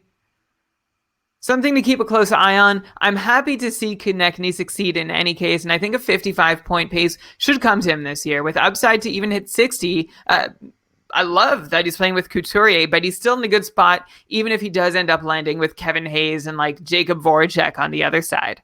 Yeah, you'd expect good line mates for sure, unless he falls into the bottom 6, which has happened, but not looking like it's going to happen this year. Brian, also, I think we may have gotten Carter Hart's goalie tier wrong when we were doing our Schmore goalies, but we had him in tier 4. So far, Carter Hart's looking great. Philly, even with all this travel issue, they won their first 2 games. Like, they're looking good. They lost in, I guess it was a shootout yesterday to Vancouver. So I would want to move him up. I know I didn't prep you in advance to talk about Carter Hart, but I just wanted to throw his name out there. He's looking like a really solid starting goalie in the league. No concern about Brian Elliott. He's the for sure starter. Philly's looking good. I really like this guy. I would have him in at least tier 3. And have you changed your mind at all about Carter Hart yet? Are you still thinking that he's like someone that you can't really depend on fully? I'm waiting to see. I'm not going to change my mind after 3 games, but the early returns, like you said, are good. I'd love to see that he can handle a number 1 workload this year and put up even a league average save percentage would be a win in my books. Okay. Brian, you want to bet on whether he'll have above or below average save percentage? I'll even give you a couple extra percentage points. I know better than to bet on goalies. Okay, well, you could choose to bet or not bet on goalies with our sponsor, our other sponsor for this episode, which are our friends over at MyBookie. I actually don't think you could bet on what Carter Hart's save percentage will be, but you can bet on a whole bunch of other things. Last week, we talked about how they have the NHL trophies. They have the NHL trophies that you could bet on, like who's going to win the Carter, who's going to win the Art Ross or the Hart. So that's a lot of fun. You could obviously also bet on just NHL games that are happening day in, day out. It's a lot of fun. Like obviously today's Sunday. This is a really exciting day in the fantasy hockey week, especially the end of the first matchup. If you're in a close matchup, you're going to be watching these games tonight super closely. Your blood is going to be just pumping throughout your body with excitement. But sometimes at the beginning of the week, you don't get that excitement, but you can with you put a little scratch down on the game, makes it a little more fun. And if you're going to want to bet on a game, you you definitely want to do it with our sponsor, MyBookie, because they're a reliable place where you can place your bets, know that they're going to have all the proper checks and balances in place to make sure you get paid out appropriately. Like when you're betting, it's just as important to like bet on the right teams, but also to bet at the right place. And MyBookie is that place. Brian, we also have a special offer for our listeners. You can get a double deposit bonus. So if you see a thing you really like, you could put in like $20 and then bet $40 on that team and get the full payout, even though you only spent $20. You get a double deposit bonus. All you have to do is use the promo code Keeping Karlsson. Brian, I don't know. I'm looking tonight. There's 3 games: Penguins at the Jets, Flames at the Sharks, and Golden Knights at the Kings. I might just pick a winner for each of those games, make a little parlay where you bet a little and you can win a lot if you get all 3 right. So that's a lot of fun. So check it out, mybookie.ag. And again, that's promo code Keeping Karlsson. I know, Brian, I just kept saying your name a bunch of times, but I didn't actually throw you. Any thoughts on any of these bets that I was referencing? No, just a fun fact that in French, parlay means to speak. There you go. And at MyBookie AG, parlay means to bet on multiple things at once, and then you win if you get them all right, and you get a multiplier of all of their odds. Okay, so now we're learning a lot of languages all around the world. Let's go. MyBookie.ag. Visit it today. Yeah, offer code Keeping Karlsson. So, okay, just a couple more disappointing players, and then we can get to the fun stuff, to the hot streaks, okay? But the Islanders, Matt Barzal and Anders Lee, both with only 2 points apiece through 5 games. Do you have any worries there? I feel like it's just very hard to imagine either of them being much better than Barzal had around 60 points last year. Lee had around 50 points last year. I don't know, like Barzal, in his first year, he had that point per game pace. He had Tavares on the first line. He centered the second line, but he was on the top power play with Tavares. And it's just not the case anymore. And I don't know, I'm starting to lose faith in Barzal being able to be anything more than a 60-point guy on this Islanders team, which isn't very offensively capable. I think he's a good player, but I'm not excited about him in fantasy. I think Barzal needs someone to set up, and that someone should be Anders Lee. Unfortunately, hasn't been clicking so far this year. In fact, Elon, what you've done a lot this episode is you've done a really fantastic job of naming the top players on teams that just aren't scoring goals yet. The Islanders are amongst that group. They have just 11 goals in 5 games, which is not very good. It will get better, maybe not miles better, but better enough that Barzal and Anders Lee still have a shot at our preseason almanac projections, which were 68 points for Barzal, 58 points for Lee. At least those were mine. I know you don't believe in Lee quite as much as I do, but it's too early to write these guys off when their team has yet to really find the back of the net.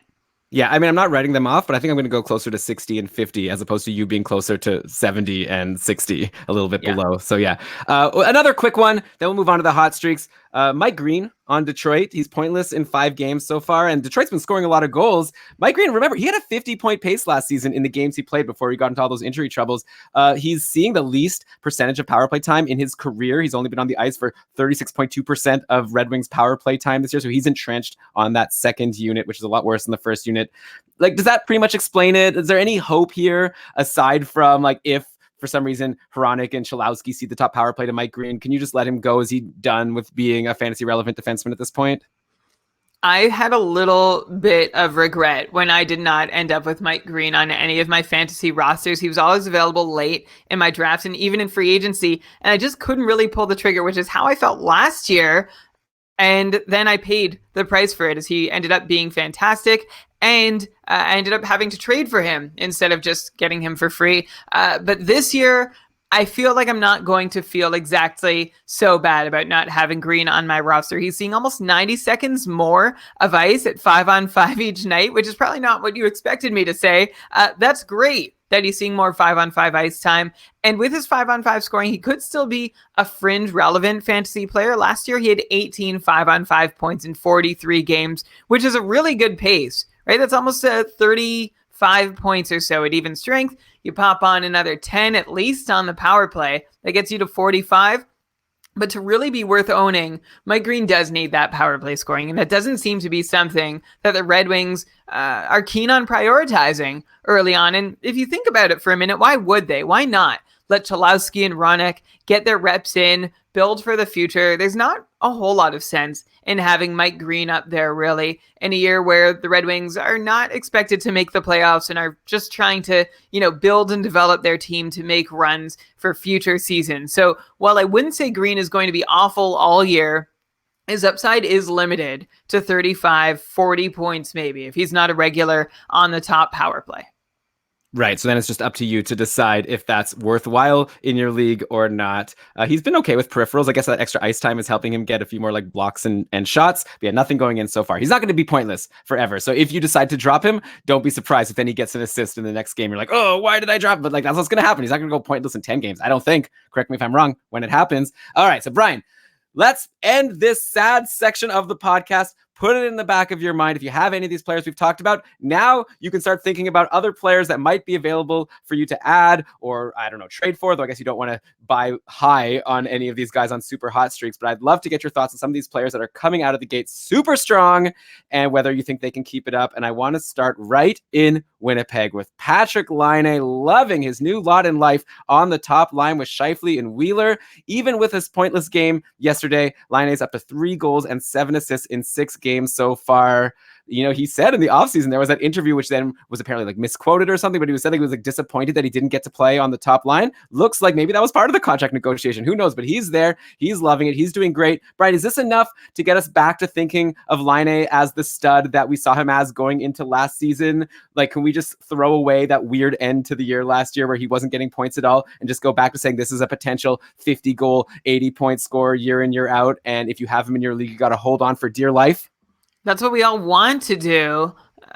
I'm getting there. I'm not there yet, but I'm getting there. A big piece of the reason why Laine is suddenly looking like himself again. He's got 2 more minutes of 5-on-5 ice time to work with and a world-class centerman. And it's a wonder what those 2 things can do for a goal scorer, right? They're, I think, really the driver here behind those early season points that Laine's putting up, along with a return to form and his shooting percentage is back up around 18%, which sounds high, and it is, but he's a guy who we expect to shoot, like 16% isn't unreasonable, whereas last year he was stuck at 7 and 8% a lot of the time.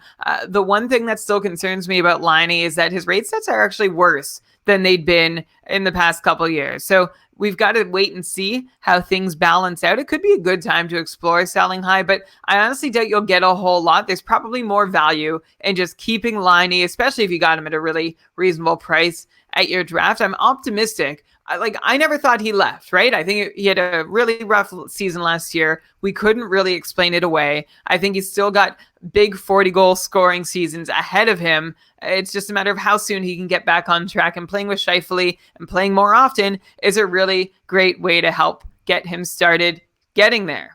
Yeah, I definitely feel like playing on that top line is like a big part of the difference. Like maybe he's not the best play driver, but if he is playing with Scheifele and Wheeler, he doesn't necessarily need to bring the puck into the zone and like whatever. He just needs to finish all of these great plays, and he's doing a great job at it. And I don't mean to diminish. Like he's a really great player, and I'm excited about him. But there is always that risk. You never know, right? He could get bumped from the top line, and all of a sudden he slows down. Though right now the Jets are looking good, so I'm sure they're not going to change anything now. Look at Connor Hellebuck and the D. They've really turned it around since last week when we were like, oh, this Jets team is looking terrible. But over the last 3 games, Connor Hellebuck's only let in 5 goals total, all wins. Perhaps we overreacted a little bit. I was definitely saying like I'm very nervous about Connor Hellebuck. Also, Laurent Brossoit was getting starts. This whole team was seeming to get caved in with like all this bad defense that they were getting caved in defensively. And, you just look at the names that left over the offseason. I was really concerned. Last 3 games, looking good, but of course, this could just be the calm before the storm, and this might be people's best chance to sell high on Connor Hellebuck before it's too late, because I don't totally not still feel those concerns that I felt last week. Like, this has been a great week, but the Jets D still looks pretty thin. So yeah, I'm very curious to know what you think about Connor Hellebuck, and if you think that what we were thinking last week was the right thing, or if what we're seeing now is more of the right thing. My thoughts are pretty much unchanged from last week, that Winnipeg has a tall task ahead of them, and hopefully Hellebuck is up to the challenge. They don't actually seem to have improved a whole lot under the hood over the last couple games, so there's not a lot to say. This is not a redemption story about Winnipeg figuring things out on the back end and suddenly being okay there. That's not what happened, but the Jets are getting goals, and they are getting goaltending, both of which can certainly make things just look good on their own. So I'm not about to go So I'm not about to go around saying that the Jets are back the way they've been the last couple years. I don't think they're as good as they were the last couple seasons. That's not a hot take either. It's going to be more of a struggle for them to win games this year, but they're also not going to fall flat on their face. I trust that they have enough talent to figure things out, but it's not going to come easy or as easy as it did the last few years. Yeah, I don't know. If it was me, I definitely feel like I agree with you. And I might be trying to see what I can get for Hellebuck. Like in a 1-year league, I wonder if you could get like a Bobrovsky or Carey Price, who, haven't been as great so far to start the year. I would definitely look to try to make a trade like that if you can. Obviously, don't sell too low because he should be a good goalie. And the Jets, like you said, score a lot of goals, but I am concerned about them defensively. And then, Brian, we already drooled a bunch last week over the Carolina Hurricanes, but like I just feel like we have to talk about them again. Like even though they lost to Columbus yesterday, I'm going to cut them some slack. It was the second half of a back-to-back, their first loss of the season. And there's we named a bunch of players doing well last week. And I feel like there's still players that we didn't highlight that we definitely need to, especially Dougie Hamilton, who is finally starting a season strong. Like the story we always know with Hamilton is he starts slow, picks it up at the end of the year. Not this year. He's got 4 goals and 4 assists in 6 games. And by the way, that's with 3 power play points from the top power play. And that's right. You didn't mishear me. Dougie Hamilton and his power play unit with Dzingel, Haula, Svechnikov, and Teravainen, that definitely is the Carolina Hurricanes' top power play. They've seen the highest percentage of power play time in each of the last 4 games. I know you would think, no, the Sebastian Aho unit is the top power play. This is the second power play. No, it's not the case. Look at the time on ice. That tells you the story. So all of a sudden we have Dougie Hamilton as a top power play defenseman, and he's killing it. And anyone who was able to get him a little late in your drafts, you're enjoying it now because he is looking like one of the top elite defensemen in the league right now. You'll have to cool me down if you think I'm being too high on him. And of course, all of these players that I said that are on this power play with Hamilton are enjoying this development. Like Svechnikov, 8 points so far in 6 games, 3 power play points. So he's definitely taking off the way, obviously we hoped he would do last year, but he was, what was he, 18, whatever. Now he's a year older. This could be the big breakout for Svechnikov, and you'll be really happy if you drafted him, especially in a keeper league. Teravainen, 6 points on the year in 6 games. Dzingel, 5 points. Haula, 5 points. All goals, by the way, for Haula. A couple of them on the power play. So yeah, now that we're seeing that these guys I just mentioned are getting top power play deployment, they become really strong guys. They become, oh man, I didn't really write this right. They become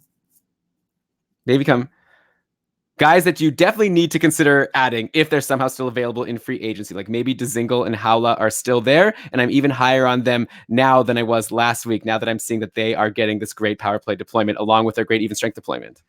Yeah, we signaled that you might be interested in Dzingel and Haula on last week's show, and we hope you took advantage. They're probably gone by now, especially after they just had that great game. I think it was Saturday night, but time is getting a little blurry for me. So yeah, Dzingel, Haula, Svechnikov, Hamilton, all for real. All maybe seeing, point or two more than they should have at this point, but there's really nothing to get down about when you see how well that top power play unit is clicking, that they are getting a really good chunk of time with the man advantage, and they're all in good situations at even strength too.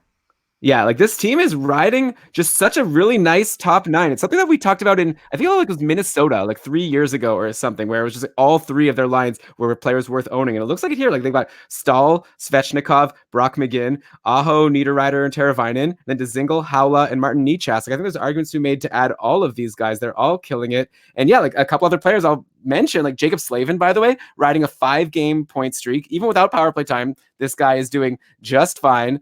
Then you have Jordan Stahl, just had a 3-game point streak, ended yesterday in a game where he totally made up for it with 3 shots and 8 hits. So I feel like last week we talked about Jacob Slavin as someone who, goes hot and then goes cold. Seems like maybe now, if he's still somehow there, and we apologize if he's not, I think you definitely want to grab him and ride this streak. This Carolina team, to me, seems like something special. And also Jordan Stahl, if he's still out there, grab him, especially if your league counts hits. I think he's going to be good for, around 50-point pace, plus all these peripherals. This is a guy you want on your team. We said it before about Stahl and Slavin, and we've seen it before, and we'll see it again. Go ahead and stream them while they're doing well, but don't go making any long-term sacrifices for these guys. These are streams, and they're not players that you're going to want to have on your team all the way through. You're going to expect to drop them again for somebody else, the new hotness in free agency. So just keep that in mind when you are trying to fit them into your roster. Don't go making any big long-term sacrifice to do so. Yeah, I agree with you, but I'll say I agree with you like 80%. Like, I don't think it's like a guarantee that you're going to end up dropping Stahl or Slavin. Like, I think this Carolina team might just be something special. Like, probably you won't be holding on to them all season, but like, it's possible. So, like, yeah, like, don't sacrifice anything to get them, like anything big, but also don't just like drop them because you want to have a stream next week. You know, like, definitely ride this out for as long as it lasts Yeah. and hope it goes, for months. Okay. And then on the other hand, Brian, I guess I got to ask Sebastian Aho owners, do they need to be at least a little concerned about his slow start and him not being on the top power play? Or are you still not worried in the slightest? He only has 1 goal in 6 games amidst all the rest of the fun. And I know he's taking shots, and so you'll say that, he should be due for a few more goals. But I have to say, I am concerned about this development of him not being on the top power play. Is he really not on the top power play? Though? I mean, I'm looking at the minutes. Look at the minutes. He's not playing a lot of power play time. Right, so I see that, and I see that one unit is really clicking, but I think the unit with Sebastian Aho on it is going to consistently have the better chance of scoring, although Dougie Hamilton might be a difference maker if he sticks with his unit, and Aho keeps playing with, I guess it's Jake Gardner right now, but Aho looks really good. Like, there's a couple alarms you can sound right now, right? It's the power play situation and the fact that he is not scoring any points, right? But Aho's kind of like Tomas Hertl, who we spoke about at the top of the episode, where you never know it from Aho's scoring totals, but his underlying numbers show a player in Aho who may have found a new gear.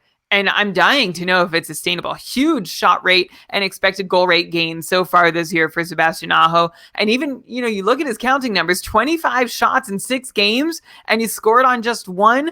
That's okay. His usual shooting percentage would have him sitting with about 3 goals by now. So let's not get too down on Sebastian Aho, who's doing a lot of things right. He's also only pointed on a single goal of the 7 that have been scored while he's on the ice at all strengths.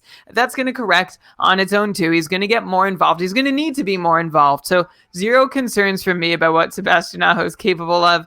I feel like at worst, I don't see him on power play 2. I know that's how the time deployment, it's how the time, what's the word I'm looking for?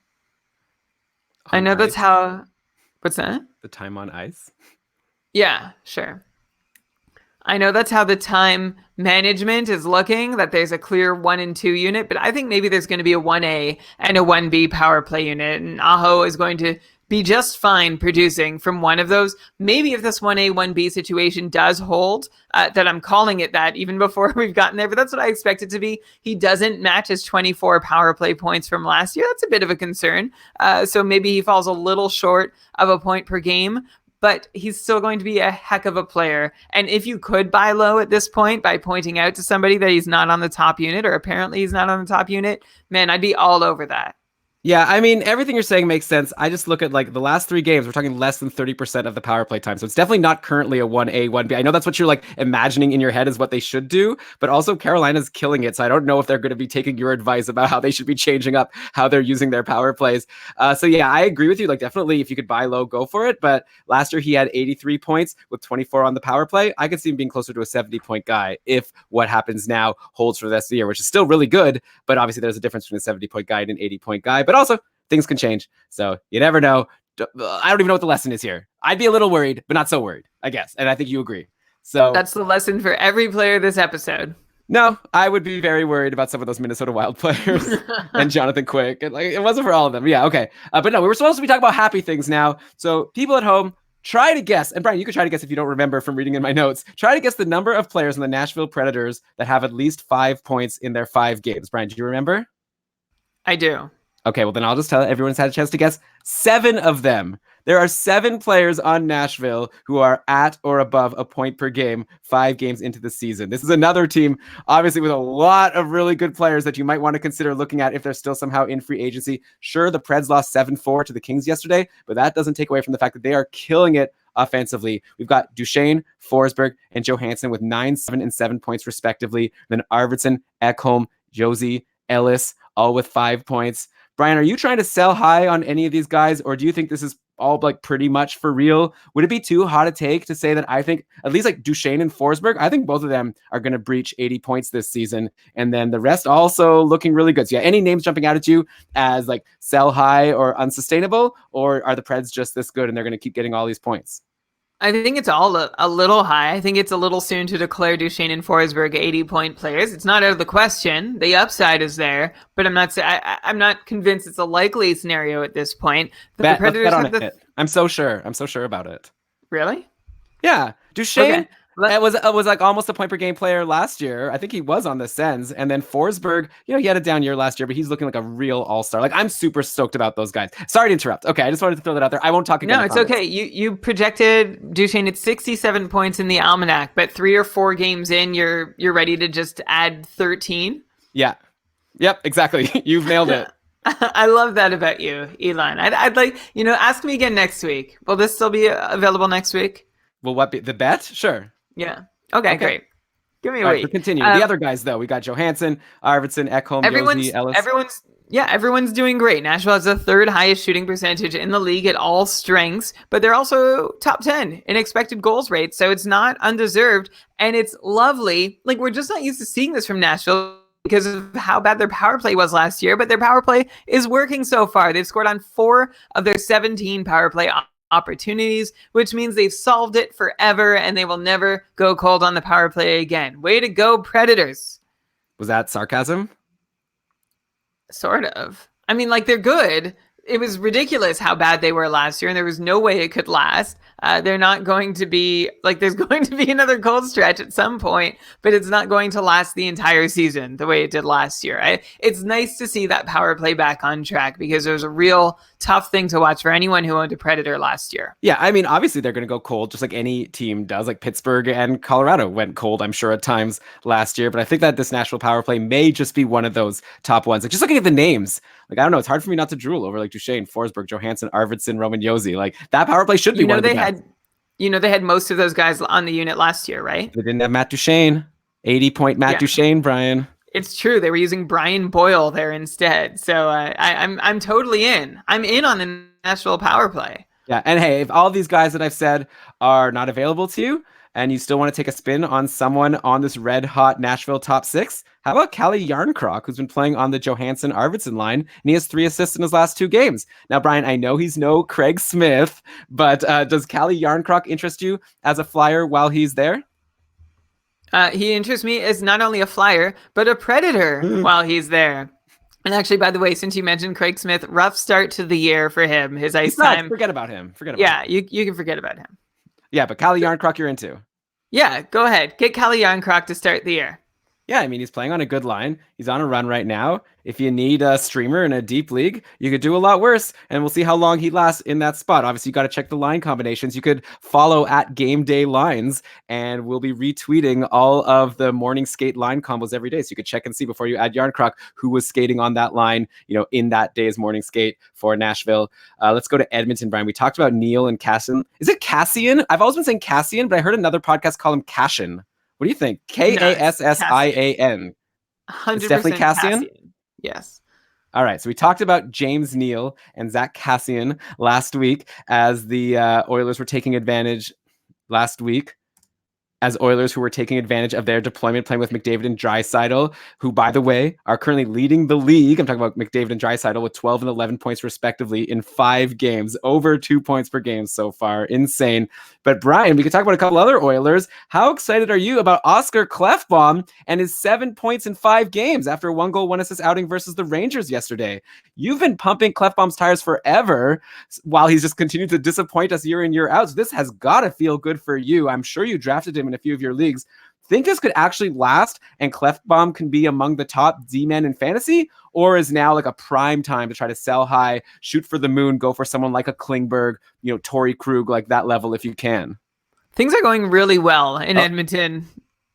What? Sorry, I didn't hear you at first. Just go ahead. Yeah, Go ahead. Okay. Well, I'm glad you interrupted me instantly. Things are going really well for Edmonton right now, which is great for Oscar Klefbom, who's been in Edmonton when things are not going really well for Edmonton. So it's nice to see that when they do go well, he's getting in on it. He's been through enough pain and suffering himself, now getting, as you said, Elon, a goal and 6 assists for 7 points in 5 games. One of the reasons for that is he scored once on his 12 shots, which is like, I don't know, it's ridiculous for me to parse these numbers. Aside to say, he's done a little better than he should have. His secondary assists are like he's getting a couple too many of his points through there, but I'm not complaining. And one thing I'm really excited about is he's seeing a 73% share of his team's power play time so far this season, which is a career high if it holds.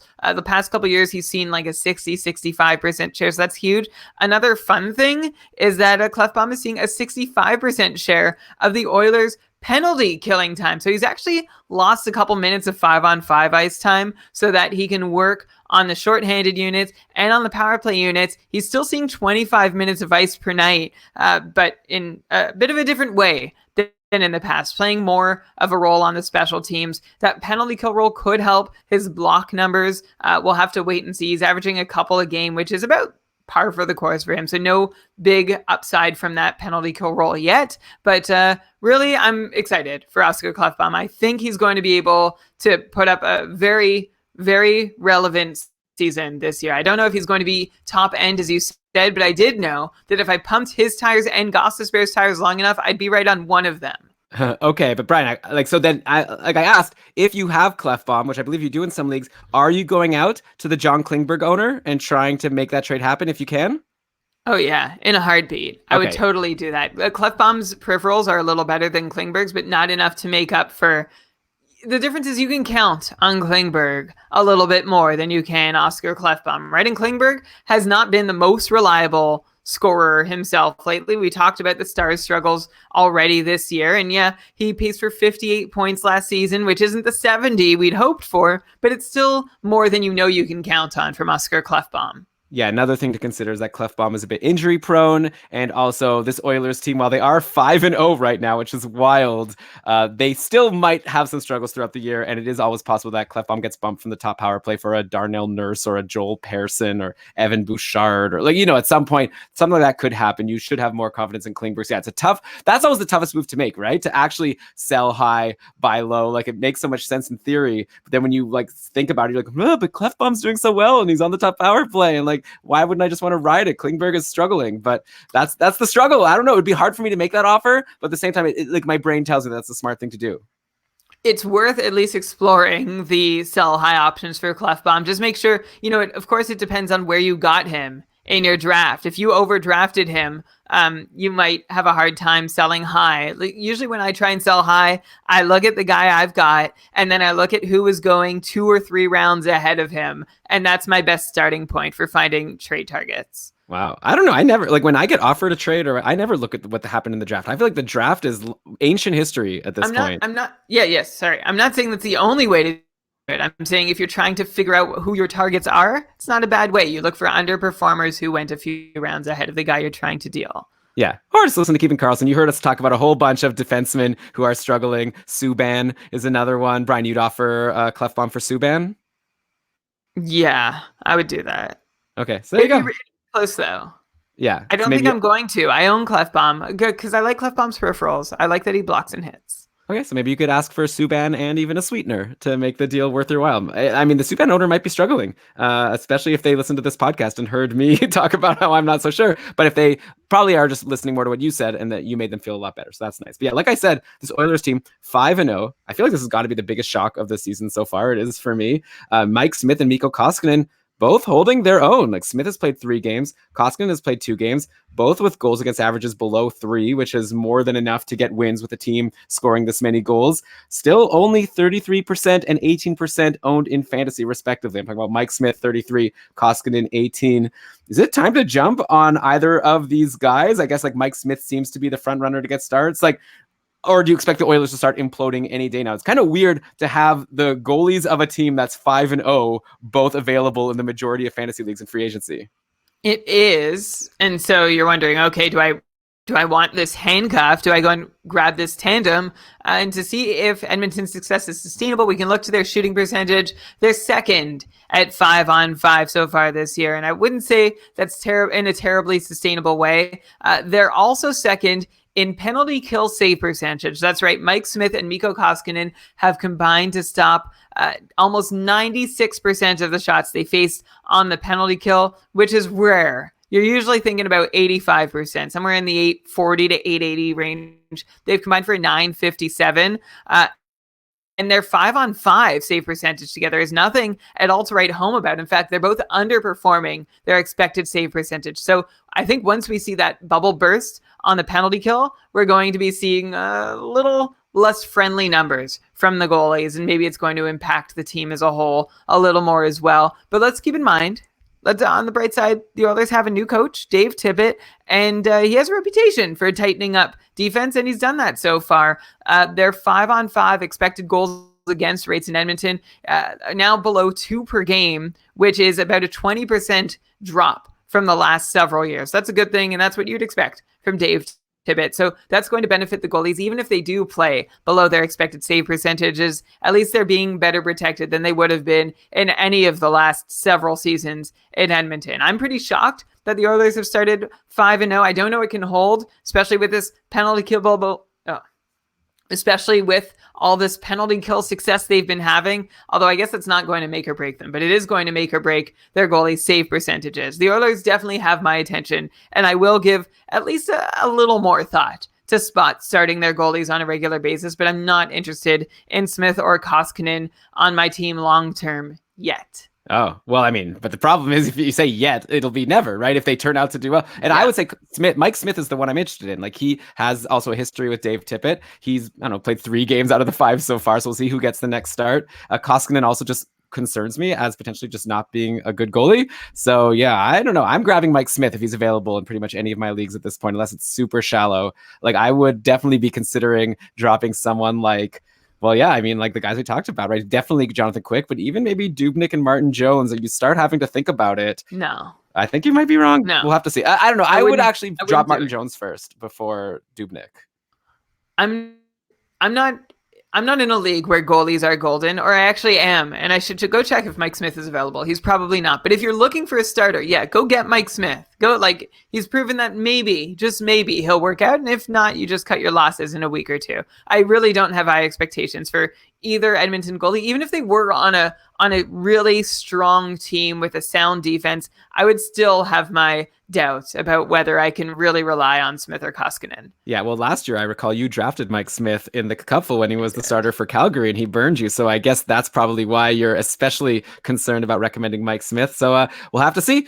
We also thought that James Neal probably wouldn't be doing much better after the season we saw from him in Calgary last year, but he sure has turned our heads now on the top power play. He's still rocking it. But okay, how about another potentially valuable goalie that may still be in your free agent list, but perhaps not for much longer? Ilya Samsonov had another great game yesterday. He stopped 24 of 25 in the Capitals' 4-1 win over the Dallas Stars. So that's now only 2 games for Ilya Samsonov, but he has a .961 save percentage. He's let in only 1 goal in each of those games. Meanwhile, Braden Holtby has kind of floundered for the most part. He has a unimpressive .868 save percentage through 4 games. Holtby's only 1-1-2 for his record compared to Samsonov's 2-0. Brian, is there any chance Ilya Samsonov can be on the verge of stealing the job, or at least making this a 50-50 situation in Washington? Like, if you're watching these games, it seems like Samsonov might be the better goalie at this point. We've seen Holtby struggle in the past. I wonder how much leash he gets as the Capitals, their window is running out as Ovechkin and Backstrom, and these guys are getting older. I think you got to go with the hot goalie at this point, and Samsonov sure is doing well so far, and he comes into the league with a high pedigree. He's not totally coming out of nowhere. Yeah, we'll have to see more before we really can judge whether he's capable of taking the job from Braden Holtby. But you have to think the Capitals are open to the idea for the reasons you said. They're not just going to sit on their thumbs and say, yeah, Braden Holtby's our guy and we're going to stick by him no matter what, when they have the aging core that they do. They need to strike now. And if Samsonov turns out to be their best option, then they'll go with him. One thing that Samsonov has had in his favor so far this season is he's gotten better protection. Interestingly enough, by the Caps team in front of him. Maybe they've been a little more tentative, a little more mindful. Maybe they're a little less trustworthy of him being their backstop, but they've offered him a .935 expected save percentage compared to Holtby's .922 expected save percentage at even strength. So I wonder if that's going to be a factor, and that'll probably even out as the season goes, especially if Samsonov plays more, the team trusts him more, and they start playing in front of him the way they would if Holtby was behind them. Also, keep in mind, Holtby's in the last year of his contract, right? So if the Capitals are trying to figure out what do we do about Braden Holtby going forward, and that answer is dependent on what Ilya Samsonov can offer them in the immediate future, this could be a reason to try and get Samsonov into a whole bunch of games. Look, we've seen Holtby lose the job to Philip Grubauer. It's not out of the question to think he'll lose the job to Ilya Samsonov. Yeah, so especially if you're in a league that weighs goals against average and save percentage as like more than just volume, then I think you definitely want to just grab Samsonov for now and see how it goes. And even if not, like he's a guy I definitely have on my radar. His 2 games have been against the Islanders and Dallas, who both haven't been scoring many goals this season. So that could be another reason to explain this, like, expected save percentage being high. It might just be the quality of competition, considering it's literally only been 2 games versus Holtby's 4 games. But this is definitely a situation I'm monitoring closely. Brian, if you had to pick right now, who's going to play more games this season? Ilya Samsonov or Jack Campbell? Jack Campbell. Ooh, okay. There you go. Putting his name down. Who do you think? I think it could be close. Honestly, I thought of the question and then I can't even think of an answer. Like, I think that, but definitely that you saying that makes me even more confident that people should drop Jonathan Quick, because when it comes down to it, you still like Campbell more than Samsonov, and Samsonov is probably the better goalie. I don't know. It's hard to say because he's so young. But I guess if I had to pick one, I'd probably also say Jack Campbell, because I think that Jonathan Quick is worse than Braden Holtby by a significant amount. Okay, let's go to Anaheim. Next, I think that we got to bring up Hampus Lindholm's 4 assists in 4 games so far for the Ducks. We've always liked Lindholm as a solid defenseman, but kind of gave up on his offensive upside a while back. But so far this season, he's been seeing some decent power play time. It looks like they're having 2 even power play units, and he's on one of them. And also Lindholm is getting involved in the offense clearly to some extent. So if you're in a league where D is scarce, would Hampus Lindholm be on your radar? Maybe is he showing a new side to himself, like something Jacob Slavin is, or do you think this is totally a blip and just forget about Hampus Lindholm?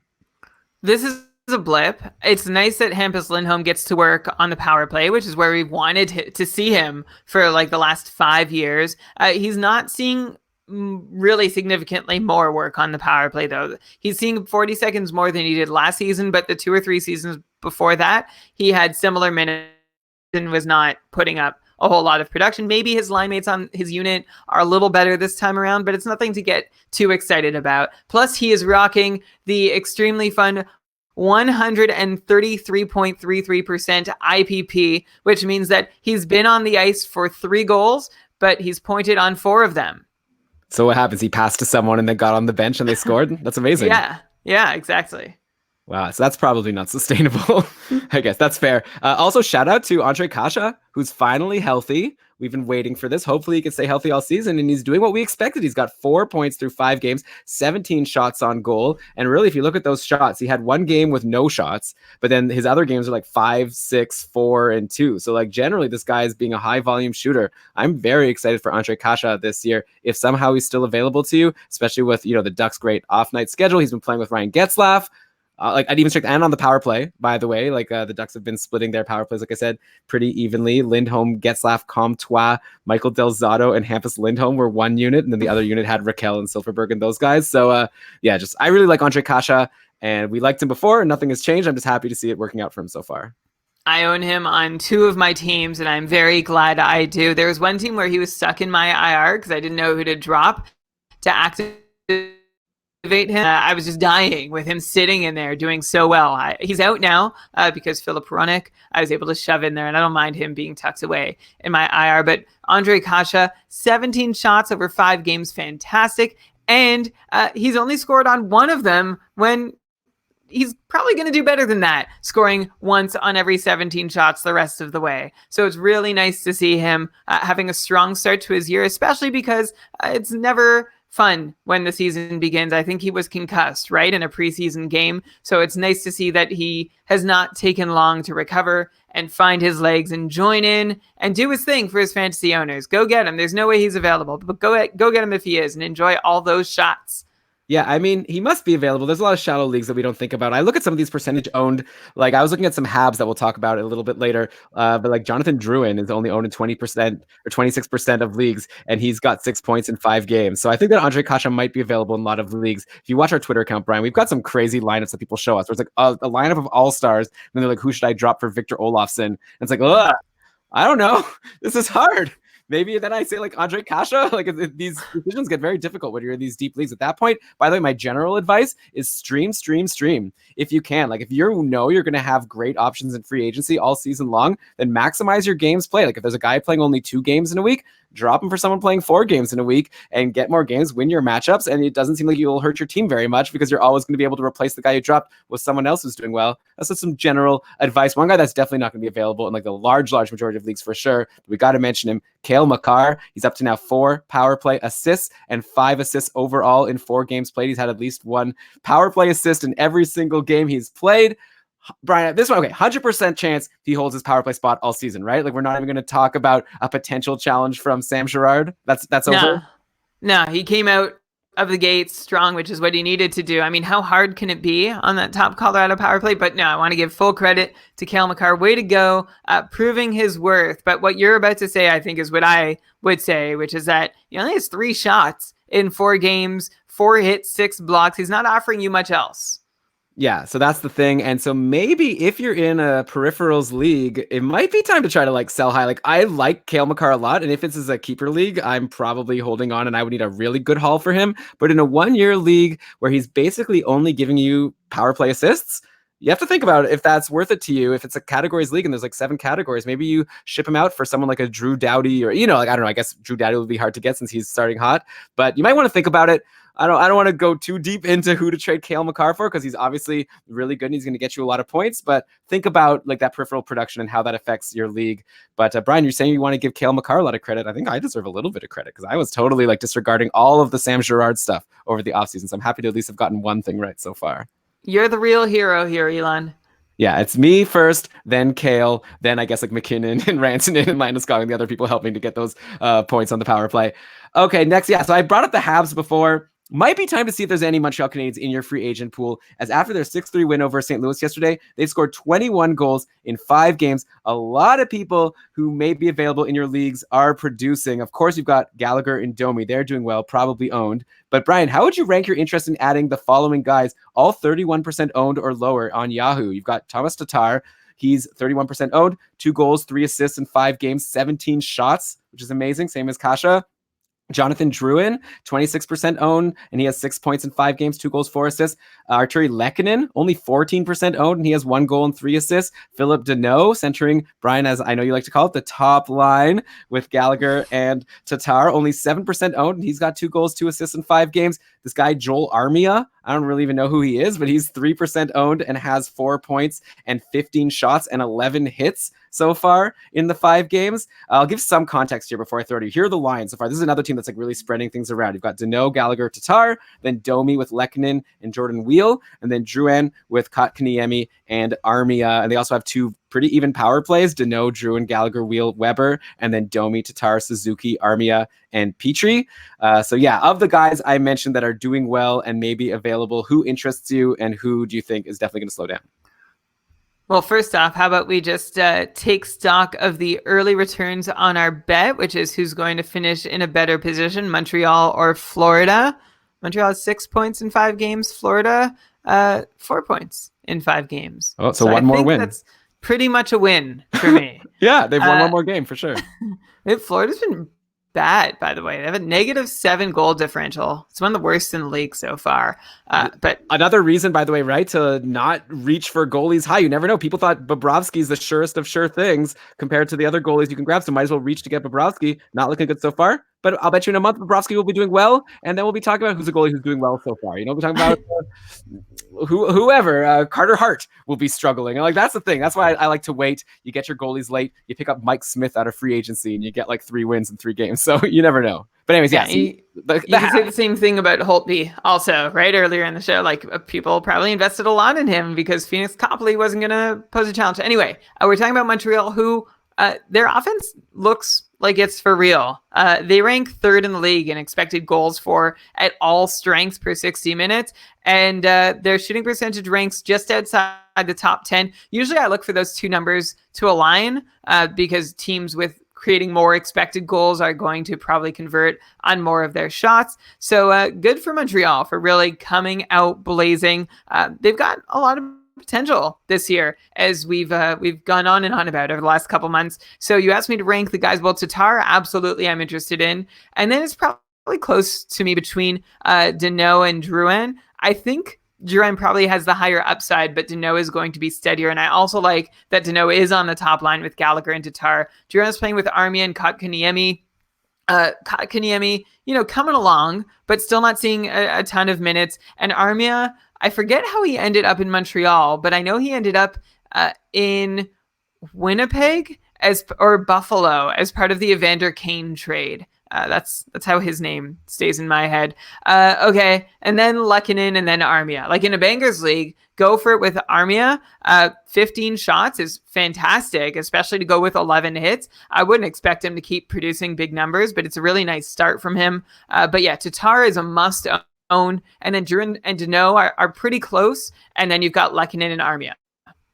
Yeah, I think that's a fair ranking. All guys you want to be at least looking at if you want to stream and a have. And for like Danault and Tatar, like maybe you're not, or Drouin, right? You're maybe not streaming. Maybe you're holding until they slow down. By the way, this Habs team scoring all these goals is very nice for Carey Price owners, because Price is not doing especially well. He has a .901 save percentage. He's let in 3 or more goals in every game he's played. Luckily, he's still picking up the wins because of all of these goals for. But imagine if/when Carey Price sort of settles down a little bit. This defense, I don't know, which doesn't look that good, but hopefully Price could help make up for it. Like, he could become a really valuable. I'm still into Carey Price, even though he started the season slow. And even though I'm like a little disappointed in his low save percentage to start, I'm happy that he's getting some run support, which is going to, bode well for his chances in the future if he plays a little bit better. All right, so Brian, I know we're running low on time. I just want to run through a lightning round of some interesting line combinations we've been seeing lately, different than what we expected going into the season. So we could just give some quick takes about these new line combos. I want to start in Vancouver. We expected Michael Furland to be on the top line with Besser and Pettersson. That's what the beat writers were telling us going into the season. That's over. Most recently, and I'm talking about yesterday's game, JT Miller was playing with Besser and Pettersson, as well as on the top power play in the 3-2 shootout win over Philly. JT Miller now has... Okay, JT Miller... win over Philly. Miller had 1 goal and 3 assists in that crazy 8-2 blowout of Quick and the Kings on Wednesday. He's been quiet aside from that, but still got to be worth owning while he's top line, top power play with these all-star players, right? Though we would have said that about Furland, who has 1 stat assist in 4 games and is toiling in the bottom 6. So things could definitely change, but for now, get rid of Furland and add JT Miller. If you still can. He's already up to 5 points in 4 games. I mean, he doesn't take a lot of shots, just 5 shots in those 4 games too. But we don't want him to take shots. Get the puck, help create opportunities for Besser and Pettersson, and please get a point on them, JT Miller. He's seen a huge bump in his deployment in Vancouver. He's seeing over 18 minutes a night total, which would be a career high if it stood. Most of his career, he's been like 12 to 15 minutes. He's peaked above 16 minutes a couple times, but over 18 minutes is huge. Just by virtue of his deployment alone, you need to consider adding JT Miller. Well, yeah, and actually another Canuck that's playing over 18 minutes a game, a guy who I brought up in the Almanac, and I think I got some scuffs, but so far returns are looking good for Tanner Pearson, who has 4 points in 4 games. He's been playing on the second line, most recently with Horvat and Josh Levo, and Pearson's also like taking a good number of shots. He's got, let me just bring this up here, 18 shots. Oh my God, 18 shots in 4 games. I guess there was one 11-shot game to start the year versus Edmonton that's buoying that. He also has some hits, like 5 hits in 4 games. So yeah, Tanner Pearson looking good, also getting big minutes, playing with Bo Horvat. So he's another guy, Furland, or not Furland, sorry, JT Miller is probably not available in a lot of leagues, but you can maybe get Tanner Pearson if you want to get it on some Canucks action. Who'd have thought that on this Pearson, Levo, Horvat line, that Bo Horvat would be the one bringing up the rear in production. Just 1 assist in 4 games, only 7 shots too. This is not the Bo Horvat that we know, love, and expected to see this season. So I'm not getting down on him yet, but it would be nice to see him turn it around sooner rather than later. Yeah, I know you were stumbling with your words a little bit there, but I think actually it was a pleasant surprise because you said Bo Horvat, which is kind of what he's been so far. And but yeah, hopefully he'll turn that around. So Braden Point is back in the Tampa lineup. He's back from his injury, and he jumped right to the top line with Stamkos and Kucherov. He put up 2 goals and 1 assist in the big win over Toronto on Thursday. Then Point went pointless in the 4-2 shocking loss to the Sens yesterday. I still don't get how that happened. But anyway, now with all the studs on line 1 and Pat Maroon as the only other forward on the top power play, play with not much offensive upside. Is it time for us to say that you probably don't need to hold any other Tampa forwards going into the Tuesday, Thursday, Saturday schedule next week? Like, sure, Andre Palat scored 3 goals. Anthony Cirelli had that 3-assist game versus the Leafs, but none of these guys are interesting me that much at the moment. How about you? I mean, they're okay. Andre Palat hits also, so if you're in a Bangers league, that's helpful. He has 2 goals on 4 shots in his last couple games. Tyler Johnson riding a 3-game point streak that included a 5-shot game. So there is depth available to own in Tampa. Like, if you're interested and you have the roster space, go for it. But I hear you. They've loaded up on one line, Stamkos, Point, and Kucherov, which I also don't think is going to last very long. So this might be a chance for you to sneak in and get a Tyler Johnson or a Palat or a Cirelli or a Matthew Joseph just in advance of whenever they do end up playing with one or more of Point, Stamkos, and Kucherov. Yeah, that's a good point. They did just lose this game to the Sens. So usually when something disastrous like that happens, maybe you do shake things up. So keep following at Game Day lines and check and see those Tampa line combos on Tuesday. There might be something different there. But for now, he's Tyler Johnson to me. And that's Y-A-W-N, because I'm not interested in him if he's not going to be playing with any of Point, Kucherov, or Stamkos at even strength or on the power play. Okay, so Chicago sported some new lines in their 3-2 overtime loss to Winnipeg yesterday. Alex Nylander was a healthy scratch. So people, just last week we were talking about Nylander on the top line with Kane and Taves. No more healthy scratch. We'll see when he gets back in the lineup. Kane played with Andrew Shaw and Dylan Strome, and then Taves played with DeBrincat and Drake Caggiula. I wouldn't be surprised to see this getting shaken up again since the Hawks only scored 2 goals yesterday. But still, people should probably be taking note of Andrew Shaw at this point, right? Like, he's been playing with either Strome, DeBrincat, or Strome Kane in his game so far. And he had a 2-goal game versus the Sharks on Thursday. He has 11 shots and 11 hits in 3 games so far. So if you're in a Bangers league and you could get a guy who hits, shoots, and plays with either Patrick Kane or with DeBrincat and Strome, seems like a pretty solid ad to me. So I think you definitely need to take a close look at Andrew Shaw. He also had a great run last year when he was getting good minutes in Montreal. So he's not just coming out of nowhere. He's definitely high on my radar. And also Alex Nylander, let him go. Like, who knows? Like, even if he gets back on the top line, like, come on. Like, he's not going to last there. He'll maybe move around the lineup. Not worth holding, in my opinion.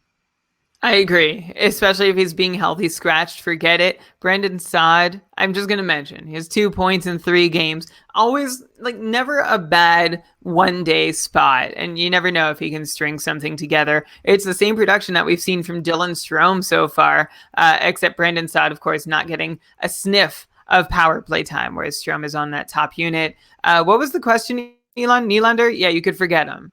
Yeah, but Andrew Shaw, would you take Saad over Shaw, even though Shaw's the one playing in the top 6 and Saad is in the bottom 6? No, I want to, and I think Saad is probably a better scoring hockey player, but he's not going to get the opportunities to do it. Chicago seems very much over him until, I don't know, he does something that they haven't seen before. So yeah, I will prefer Shaw to Brandon Saad, but I would actually prefer nobody.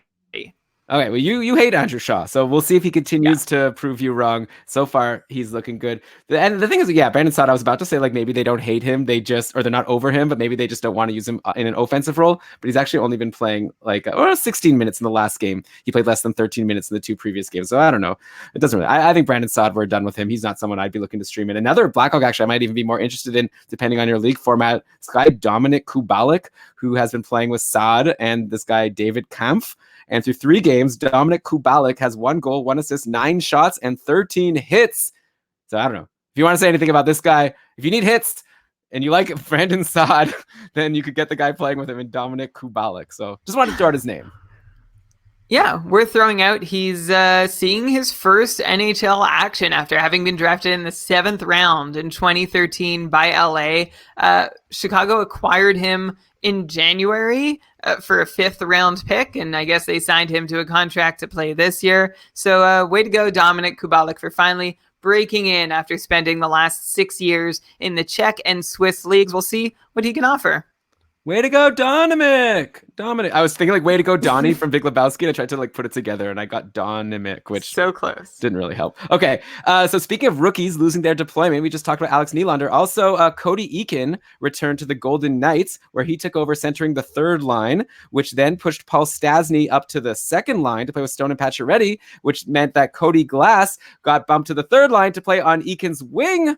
along with Valentin Zykov. So not healthy scratched. So that's good for Cody Glass. But yeah, definitely there's a big difference between playing with Stone and Pacioretty versus playing with Eakin and Zykov. So yeah, Glass, if you were really excited about him before, I would definitely be concerned at this point. Meanwhile, Paul Stastny responded to getting back into the top 6 with his first point of the year. He scored a goal in the win over the Flames yesterday. Not to be outdone, though, Cody Glass scored a goal himself from the third line, but he only saw 11 minutes and 53 seconds of ice time, way down from his minutes from his first 4 games. So, Brian, if you have Cody Glass on your team and Stastny is in free agency, it's 1-year league, is that an easy/obvious swap to make? Or do you hold Glass to see if you can get back to playing with 8 points in 5 games, Mark Stone? I feel like you just dropped Glass. I think you just dropped Glass too. I don't think anyone's going to rush to grab him, although Glass is still on a power play unit. With Stone, Stastny, and Pacioretty. So that's nice. All 4 of them can be a happy family and get together instead of having Stastny and Glass competing for time.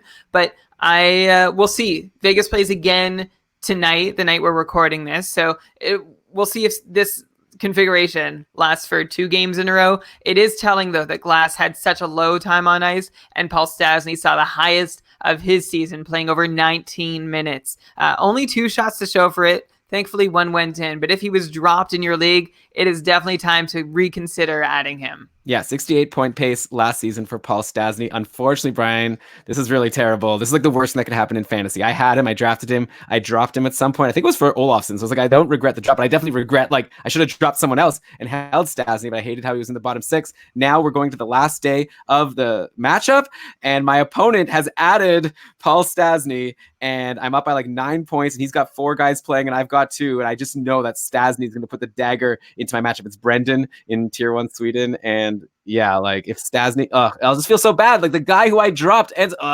terrible. Yeah, Stastny's been taken down in all of my leagues, so too bad. Don't go get Stastny if you can. Like Mark Stone is insane. Like anything like I said about him, over the offseason, again, like this is a mistake I made. I was saying some stuff about how like he was good in Ottawa, but how's he going to do in Vegas where, there's a lot more people that are producing the offense. Maybe he's not going to stand out as much. No, this guy's standing out like crazy, and anyone playing with Mark Stone definitely benefits. And also Paul Stastny, Pacioretty, no slouches themselves. So let's end the show, Brian, in your hometown of Ottawa, where Vladislav Nemesnikov has had a great start with his new team, where he got an apple in his debut versus St. Louis, and then had a big 2-goal, 1-assist game yesterday in the win over Tampa. Plus, Nemesnikov played 21 minutes and 40 seconds of TOI. This is a veteran on the team that's being used as such. Clearly, just put him out as long as you can. He ended up on a line with Pajot and Connor Brown at the end of the game after Anisimov got hurt. So do you think Vladislav Nemesnikov can continue doing stuff from this spot in the Ottawa lineup, or does he remain completely fantasy irrelevant in your book? Well, he really showed Tampa for letting go of him by dropping 3 points and, being the dagger against them. So way to get that revenge, Vladislav Nemesnikov. I don't know. Like, it's good for his fantasy value, right? He played almost 22 minutes against Tampa, which is obscene for a forward. He played 17 minutes against St. Louis. Both of those numbers represent ice time greater than really anything he's seen, especially since his big sort of breakout year a couple years ago in Tampa. So, still... anyone in Ottawa has low relevance. You look at Colin White, who's playing with Brady Tkachuk, has just 2 points in 4 games. So actually, maybe that's where I want to take this conversation and say perhaps it has nothing to do with Nemesnikov arriving, but if you're holding on to Colin White waiting for big upside and someone like Paul Stastny is out there, maybe he's someone you should drop by now. Oh, I would say the opposite. I want Paul Stastny over Colin White, but actually I would say Nemesnikov, forget about him. That was just a great couple games. Colin White is the one I would want because he's playing with Brady Tkachuk. Sure, he only has 2 points in 4 games, but that's only 4 games, and Brady Tkachuk is looking really good. And, I like I'm a sucker, Brian, for a top line, top power play guy. So give me Colin White if he's available in free agency. Colin White or Eric Stahl? Ooh, to me, they're like streamers. It really depends on the league, right? Like, obviously, Stahl has more upside for the whole season, but like, if there's a week where Colin White's playing 4 games and Stahl's playing 3 games, and I'm trying to maximize, I'd have no problem dropping Stahl for Colin White. Like, I'm not into Stahl, and I think White has upside to do what Stahl could do. Are we making a bet? For what, over the next month, or I'm not gonna the rest of the year? Well, I don't know. Like, how about for as long as Colin White's on the top line and top power play? Is that fair? Because I would drop him once he falls.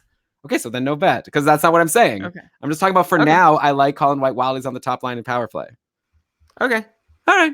And with that, Brian, we've gotten to the end of my list of stuff to talk about for this show. Wow, those 2 hours just flew by. And we have people in the chat room. Thank you so much for joining us, like asking us to talk about more players. I wish we could just talk about every player all the time. But this is what we got. We'll obviously get to more of them in next week's show. Feel free to tweet at us at Keeping Karlsson. Let us know who you want us to talk about. Or actually, the best way to get us to talk about who you want is to become a patron of Keeping Karlsson, because we always make a Facebook event for the show. And then I definitely take all the suggestions very seriously of the patrons asking who they want us to discuss. So you can get that if you become a patron. Also, you get to join this Facebook group where we're all giving each other fantasy advice. It's a lot of fun. We're all trying to help each other out as much as we can. Plus, even more. Plus, you get to have that really nice feeling of knowing you're supporting a show that you like. You can just give us $5 a month, the price of a cheap beer for one of Elon or Brian once a month, and we'd really appreciate it. So yeah, check out keepingkarlsson.com/patron if you want to support us in that way. Of course, if you're not subscribed to the show, go ahead and do that, like on iTunes or wherever you want to do that. A 5-star review would be nice. This is the part where I'm just shilling for as much as I can. Follow us on Twitter at Keeping Karlsson. With that, Brian, I'll just stop talking. Why don't we cue that outro music, and you can go ahead and read us the credits. All right. This episode of the Keeping Karlsson Fantasy Hockey Podcast was presented by Dobber Hockey and powered by our patrons, including our newest one, John. Welcome, John, for being a patron. This episode was researched. I lost the page. I'm sorry. With help from... You think I could do this list by memory? I gotta go, so just maybe do whatever's the fastest. This episode was researched with help from Dobber Hockey, Frozen Pool, Dobber Prospects, Natural Stat Trick, Evolving Hockey, Corsica Hockey, Cap Friendly, Charting Hockey, Hockey Reference, Hockey Viz, Hockey Database, Elite Prospects, and Roto World, and Yahoo! Great job, as always, Brian. Looking forward to doing this all again with you next week. Until then, keep on keeping Karlsson. John Karlsson right now, right? He's killing it. Oh, yuck. Okay, I mean, just throwing out another name. Oh, Bye. I wasn't saying that. Yuck. Hella bjuk. Yuck. We should do an all puns episode. It'll be terrible. Anytime I try to be funny, I feel like I could be funny sometimes when I'm not trying, but anytime I try, it's very terrible.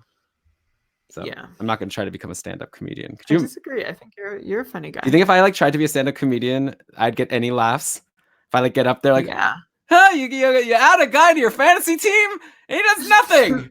And then you drop him and someone else picks him up and then he does really well. Ugh.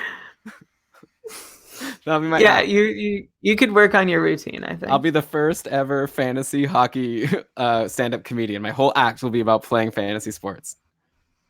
Maybe there's a bit there. Great. Maybe there was a whole show about it. Well, it has to be funny. Yeah. Well, maybe we can work on it together. Tweet anyone here, send me your joke suggestions for my comedy act about fantasy hockey. Okay. All right. Bye, pal. You have to go. Yeah. You have a... Yeah. I have my apartment so clean. It's going to be very nice. Yeah, I'm meeting everyone here. I'm going to meet my wife. She's been away for 3 weeks on vacation without me. That's okay. Don't worry about that. But now she's coming back, and I'm going to meet her at the airport. It's very exciting. Maybe I'll even get a flower. I don't know. I haven't decided yet. Well, one flower? Don't go overboard. Well, you know what I mean. I don't know. I don't. What is the best thing to get? Like a bouquet? I guess so, yeah? I don't know. Yeah, I should get that. You go to the flower shop, you see what looks cool, you ask for it. Yeah, I don't usually do that because I don't know what looks cool. I'm generally more the type to be like, what can I get for $40? What looks cool to other people? What looks cool to you? I always ask the professional, what do you think will look cool to my wife who you don't know? But you probably know better than me in terms of flower preferences. Okay. Great. Bye. We need a floral arrangement podcast. Yeah, so we'll do that next. Or we could add that to the painter's tape, by the way. Oh, cool. Yeah, I guess I don't really have a good setup right now. I got to figure this out. Right now, I'll just work on having a less chubby face to improve my video quality. Well, I ate all the Maltesers, so maybe you'll just look less chubby relatively. Yeah, I appreciate that. Okay, I'm going to help you. Okay, bye, everyone. Okay, bye. Should I stop the recording by now, Elon? Well, you can just do it now and then send it over. Come on, no error messages. Oh God. I mean, my fan was running the entire